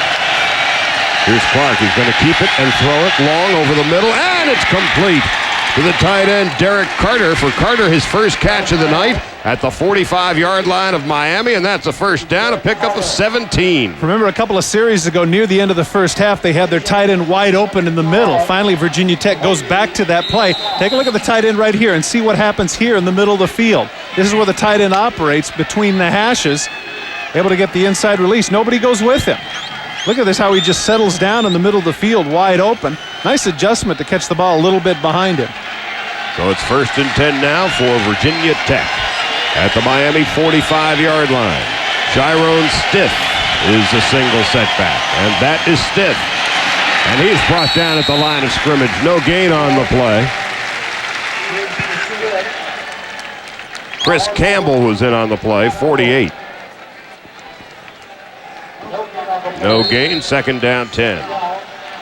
Once again, Virginia Tech not in a hurry, but now time becomes an issue. There's only 5 minutes left in the game. Both teams with 2 timeouts left, clock running. Under 5 minutes to play. Harrison and Handy are flanked out to the left or the top of your screen. Here's Clark in trouble. Clark goes down. Derek Ham with the sack. You know what, Charlie, I think he felt him, but he didn't realize that this guy could run as well as he did. And Clark is down. I'm saying I really don't think that he felt him as quickly as he did. Here's Ham on the pass right. Oh, nice 360 move. He stole that from Tom Jackson. He used to do that for the Denver Broncos. He doesn't see him coming. He gets spiked trying to brace himself. I think maybe his foot might have been caught. But he bounced up and he's okay. Clark is okay, but he's limping around some. Now remember, Al Clark had knee surgery last year. And Virginia Tech is going to take a timeout, and Clark is going to go regroup. 20-20 with 4:11 to go in the game. Al Clark, after getting a breather, seems to be okay. Yeah, that was a fortuitous time to take it because he really needed to regroup. He was shaken up. Ham comes in out of nowhere and just blasts him. Take a look at the bottom. His ankle gets a little bit stuck in the grass right there. You see the left ankle, and then he gets rolled on top. If indeed the last play, Charlie, he would have had to go out. Instead, he calls timeout, and now he's in on this crucial 3rd and very long. Virginia Tech 3 out of 14 on 3rd down tries. Oh, as he gets popped, and is nearly caught by Ken Handy. And Al Clark got just nailed as he released the ball. Webster is playing the middle backer, and he's trying to take anything underneath. As soon as Clark steps up, his responsibility is gone. He goes after the quarterback. But I tell you, Al Clark took that shot. He really wanted Handy to come up with that one. Take a look at this pop. He's just completely vulnerable. His eyes are downfield. Pow! Webster catches him right in the chest underneath the chin. Boy, Clark's a tough kid. On 4th down, here's Kibble's punt. Leonard Myers with a fair catch. Well, that's big now because that's going to set him back to the 5. Evidently, he signaled fair catch, changed his mind, started to run. So that's going to be a penalty against Miami. A 45-yard punt, and yet another penalty for Miami. Their 12th penalty of the night. Dead ball, delay a game on the receiving team, advancing the ball after signaling for a fair catch, 5-yard penalty, 1st down. Well, Leonard Myers may not have thought of it. Watch his right hand. Here the ball is kicked. Watch what he does. Oh, wait. No. All good. Well, that's too late. The hand is up. They got to call it. Good job of the official being right on top of it. And so Miami, 95 yards to go. They've got 2 timeouts left. Edgerrin James is in trouble. Safety. I don't think so. No. The side judge came over. He was able to lean the ball forward far enough. Wow. That was close. Inside the 1. Charlie, one of the things, we keep harping on the youth, but one of the things that some of these young people need to be aware of is game situations. The jumping off sides when it's 2nd and 5, or in this situation, you're on your own end zone, you got to get out of the end zone. Edgerrin James is looking to make a big play. Instead, he just needs to get out of there. Now right here, he cuts back. He's in the back of the end zone, and that's a good call. He's able to get the ball across the goal line. And let me also point out, Charlie, the right side of Here's Covington throwing long. Incomplete. Flag on the play. Reggie Wayne, the intended receiver. Lauren Johnson apparently with a hold. And Lauren Johnson's going to say, what's up? Of course, in the college game, it doesn't matter if it's not catchable. And that's the beef that he's having with the official. He's saying, what's up?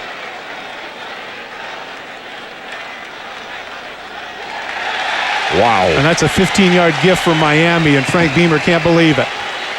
First penalty of the second half for Virginia Tech, and it couldn't have come at a worse time. Reggie Wayne has been the guy all night. Cuts to the outside, and here's Lauren Johnson. A little bit now. Boy, oh boy. Charlie, that's pretty ticky-tack. That's not interference. That's too bad. 1st and 10 for Miami. Let's see if they can capitalize on this gift at their own 16-yard line. Miami 2 timeouts left. Virginia Tech has 1. That's Fulcher in motion. James across the 15 to about the 17. Maybe gained a yard or 2 on the play. Michael Hawks and Ike Charlton combined to make the tackle. We have not seen the freshman running back, Najee Davenport, tonight. It's either been Edgerrin James or James Jackson. Edgerrin James getting most of the play, and now James is coming out of the lineup. James with 17 carries, 96 yards. Well, I was about to say, Charlie, one of the concerns of Davenport is not picking up all the protections. In a game of this magnitude, you can't afford those kind of mistakes. Clock running, 2.5 minutes to go. Fulcher in motion. Here's James Jackson. Fails to reach the 20. It'll be 3rd down, about 7 yards to go. Keon Carpenter in on the tackle along with Pearson Prelo. I'm wondering if the thinking here, as you look at Butch Davis, Charlie, as we head down to the 2-minute mark, is that maybe he's content because of the bad field position to get into overtime, he hopes. He doesn't want to make a mistake down here at his end of the field where an easy field goal can put him out of it, because obviously the way they've been doing this here is indicative of the fact that they're not going to go after it. That never-ending dilemma. Do you play to win or you play not to lose? Clock running, minute 50. Well, they're going for it. They're throwing over the middle. It's incomplete, intended for Santana Moss. It'll be 4th down. A difficult throw across the middle over coverage. I would have, in that situation, maybe a screen pass or something a little safer, because what's happened now, Charlie, is with the incompletion, the clock stops at 1:44. Santana Moss with the deep slant route, just a little bit too far. Prelo on the coverage. And now with Andy Crosland punting it away with that left foot. Get a fumble, baby. Get a fumble, baby. Relatively short kick fielded by Angelo Harrison. And down he goes at the 46-yard line. A 36-yard punt, a 1-yard return. Now remember, Miami lost a heartbreaker at Blacksburg last year, 27-25, when they were unable to complete a 2-point conversion late in the game. Leonard Myers is hurt. Myers suffered a sprained ankle earlier in the game and came back, and now he's hurt again. Well, essentially with the great leg, you're looking at about 25 yards to get into field goal position with 1:34 remaining. And Jimmy Kibble is an outstanding field goal kicker. His longest this year is 53 yards. So Myers is getting up.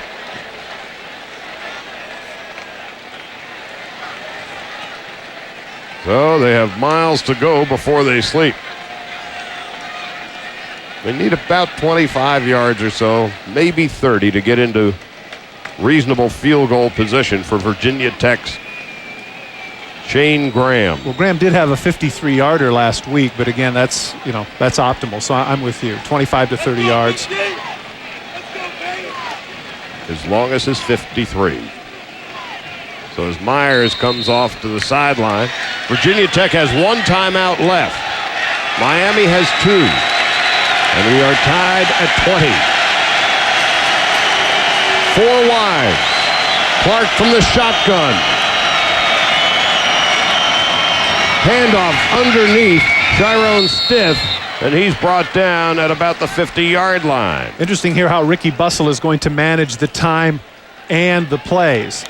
Out of the 4 wide receiver set, they come up with a quick huddle, but they're not going to call timeouts until they absolutely need to. They have plenty of time, 1:14 and the clock running. 2nd down and 7.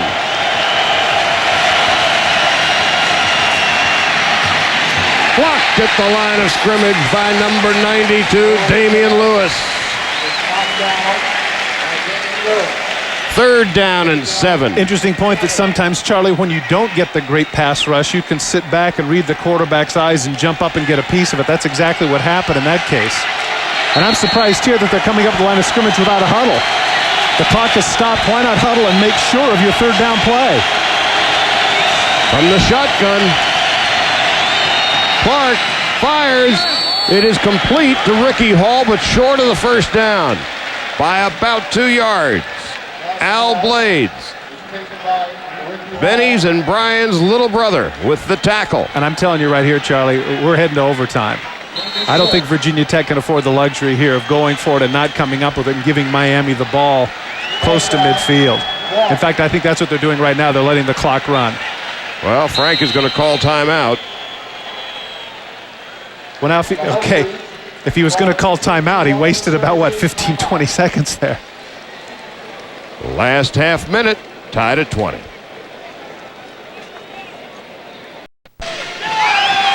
We are back. The last 32 seconds of regulation. It is 4th down and 1. Charlie, Miami doesn't even have a deep guy. They're content for overtime, too. They're going to watch and see if it's a fake. It is a fake. Little pitch out, Jimmy Kibble, 1st down! But a flag is down, Charlie. I think that Virginia Tech was in a formation they weren't supposed to be in.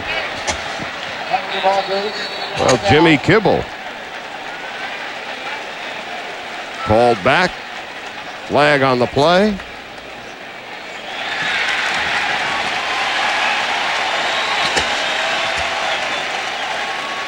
Frank Beamer is livid. He's livid. He thought they had the requisite people in the line of scrimmage. I think that's what's going to be the call. And now they've changed their mind, it appears.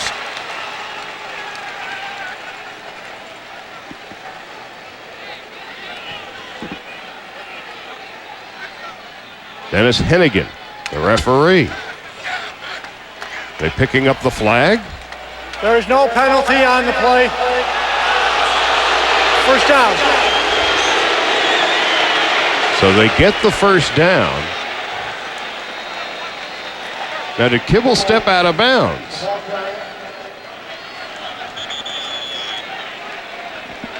I don't think it was stepping out of bounds, Charlie. 1, 2, 3, 4, 5, 6, and down here you have your 7th man on the line of scrimmage. I think that they thought because this guy was too far back that they were going to call it, because Engelberger, his motion is fine.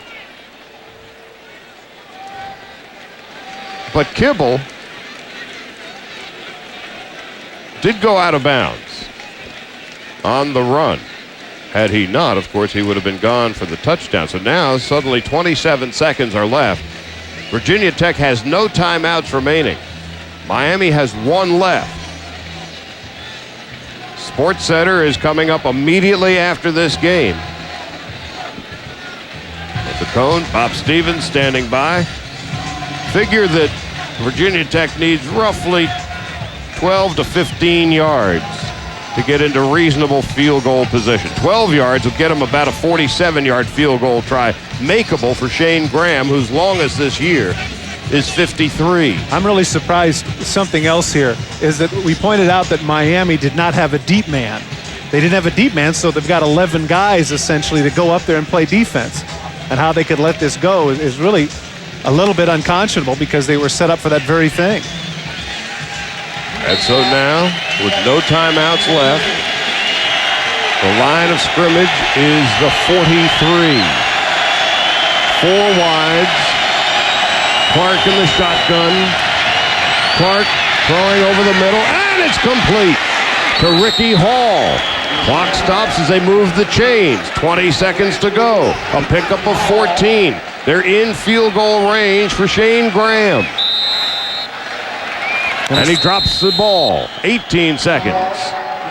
We haven't called Ricky Hall's number much tonight, Charlie. He's been big over the last couple of games. 3 catches, 99 yards, and 2 touchdowns. But he certainly came up with a clutch catch here. Virginia Tech beat Miami by 2 last year. 2nd down and 10 at the 28. In field goal range right now.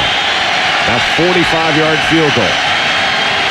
But here's Clark throwing, sideline, and completing it to Reggie Samuel inside the 20-yard line. 12 seconds left, and here's Shane Graham.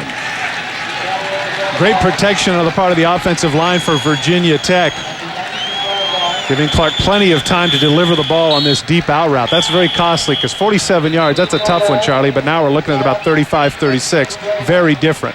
In fact, that's the reason why they keep the statistic inside the 40 yards, inside 40 yards for kickers. Miami calls timeout. They'll let Graham think about it. It'll be about a 35-yard field goal try. Hash mark to the left. Now keep in mind, Shane Graham has his own personal holder. It happens to be his cousin, Caleb Hurd. He was his holder in high school. And he came to Virginia Tech as a walk-on to be Cousin Shane's personal holder. And there's Cousin Caleb. Now let's go downstairs to Dean Blevins. Dino? Guys, wind not a big factor. It's really blowing up right to left. Coach Beamer has been unbelievably composed here in the last few minutes. Several key decisions. You know, that the kick a moment ago when they had the fake was big, and then Todd, when they picked up that extra yardage, that was critical here because, you know, if you'll think back to the last series, they had the penalty that went against them that cost them yardage. They were able to make up that yardage by throwing the pass there on the last play. And so it shall be a 45-yard field goal try. Correction, 35-yard. A 35-yard field goal try, hash mark to the left. And this is for the ball game or overtime. Snap is good. Kick is on its way. No good.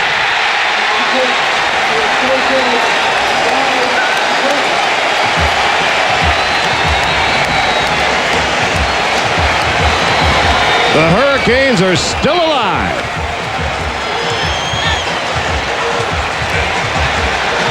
Caleb Hurd makes a nice catch here. The snap is just a little bit to the right. He's able to come up with it and get it down. It just appeared that he pushed it. His reaction will tell it all. He thinks he's got it, and now he knows he doesn't. Claps his hands, knows he's pushed it right. And Frank Beamer, I thought his reaction was interesting. Butch Davis, of course, is a very happy man knowing that we're going into overtime at our place. And what can Frank Beamer say? Look at that reaction. Holy cow. And Ricky Bussell, who had made so many good calls down the stretch here in this last series, frustrated over Graham's inability to put it between the uprights. And so we are going to overtime.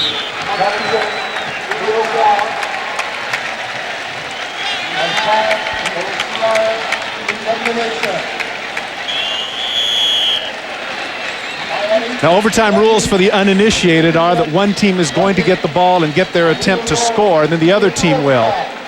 Now, as you get a chance to take a look at the overtime rules, here they are. Coin toss for the choice of offense or defense, and each team gets one possession from opponent's 25-yard line per overtime until it's decided. The game clock is irrelevant, the play clock only. Teams must go for 2 after the second OT, and of course those of you that have followed college football closely know that the last couple of years games would end up 21-21 in regulation and ended up like 56-55, so that's the reason for that. In overtime games in Division I thus far, there have been 56. 36 times when the team has won the toss, they have won the game.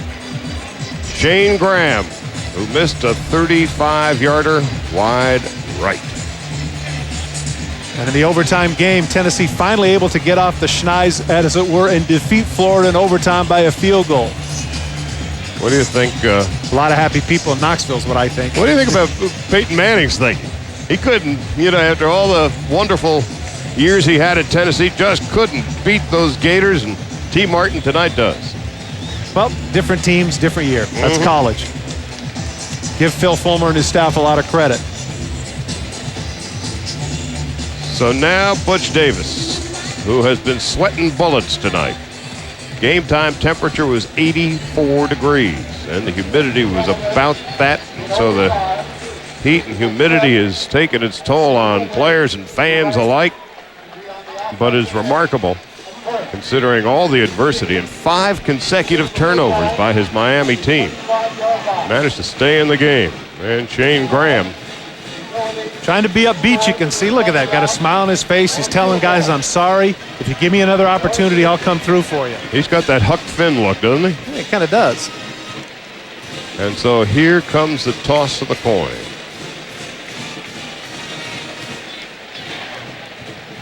Al Clark. Lauren Johnson.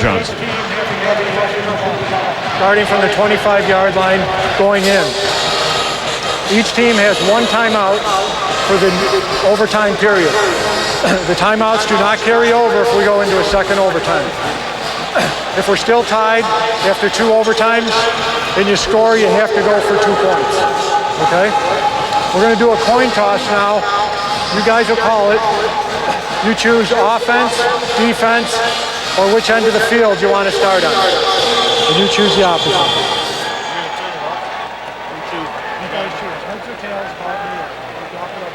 Tails. Heads it is, you won the toss. You want to play defense? Miami has won the toss.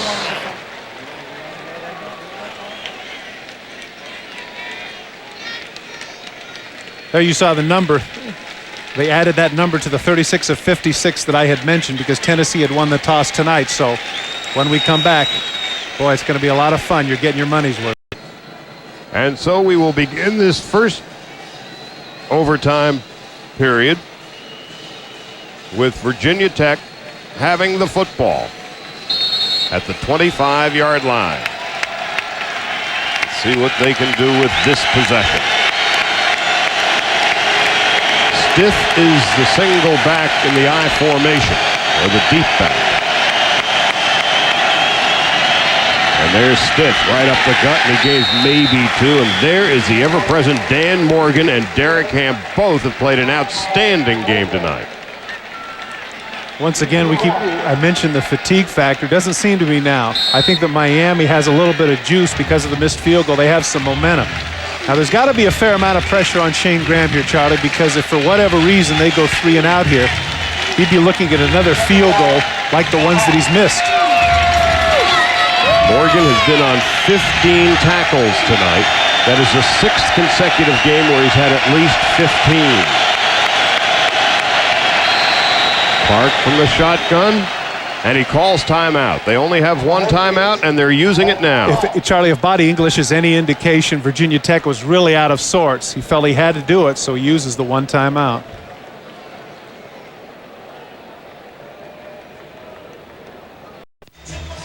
On the night, Al Clark, 13 of 25 for 129 yards. He has also carried the ball 13 times.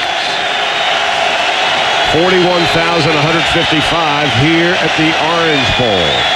And 2nd and 9. Clark throwing toward the end zone. Did he get it? Yes! Ricky Hall. What a great catch.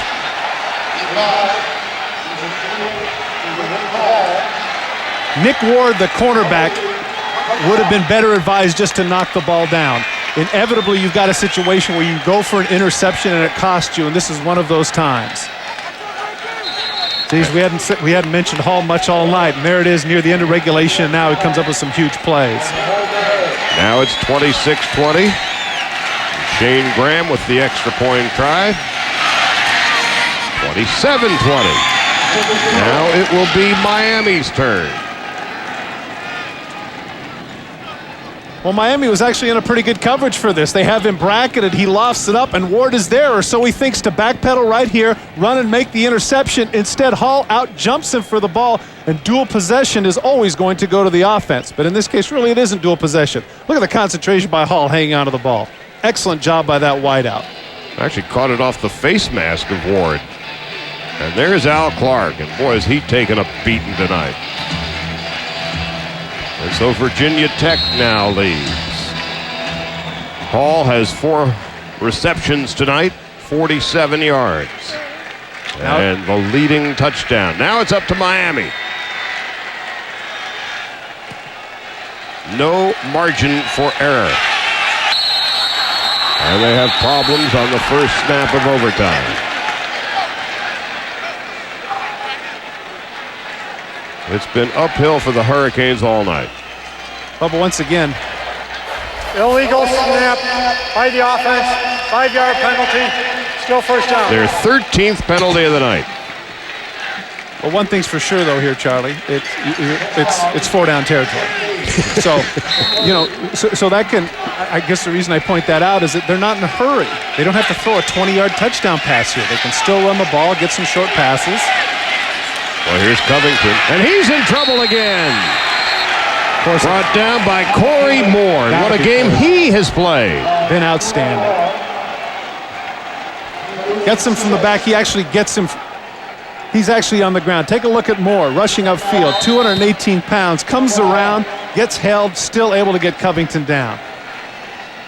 Got around Damon Neely, the left tackle. And so now, 2nd down and 21. Here's Covington. In trouble again.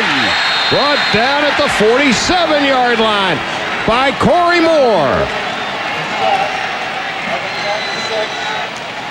Engelberger is the guy who's able to come, and he gets off of Gonzalez at the right tackle, gets in his face. We had talked about the struggles of some of the young offensive linemen for Miami. In this case, Gonzalez just cannot hold Engelberger out.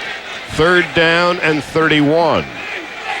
Remember, Miami can still get the first down and keep this going. If there's such a thing as a prevent defense for Virginia Tech, now would be the time. And they are in it.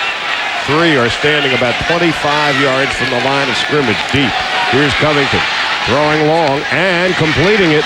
And out of bounds goes Andre King. So it will be 4th down and about 15 yards for the first down. This could be the last play of the game for the Hurricanes. Somebody we haven't heard from, only thrown to one time, has been Franks. This is a great opportunity to go the 3-wide set, have Franks sneak in the middle down the seam, because they're going to go with a 3-deep package and they're going to back up into the end zone to prevent a big play. Franks could sneak in there in the middle of the field and make a catch. So this may well be the last play of the game. Wayne and King and Moss are the wide receivers. Covington to throw. Covington rolling. Stopping, throwing, and that's the ball game.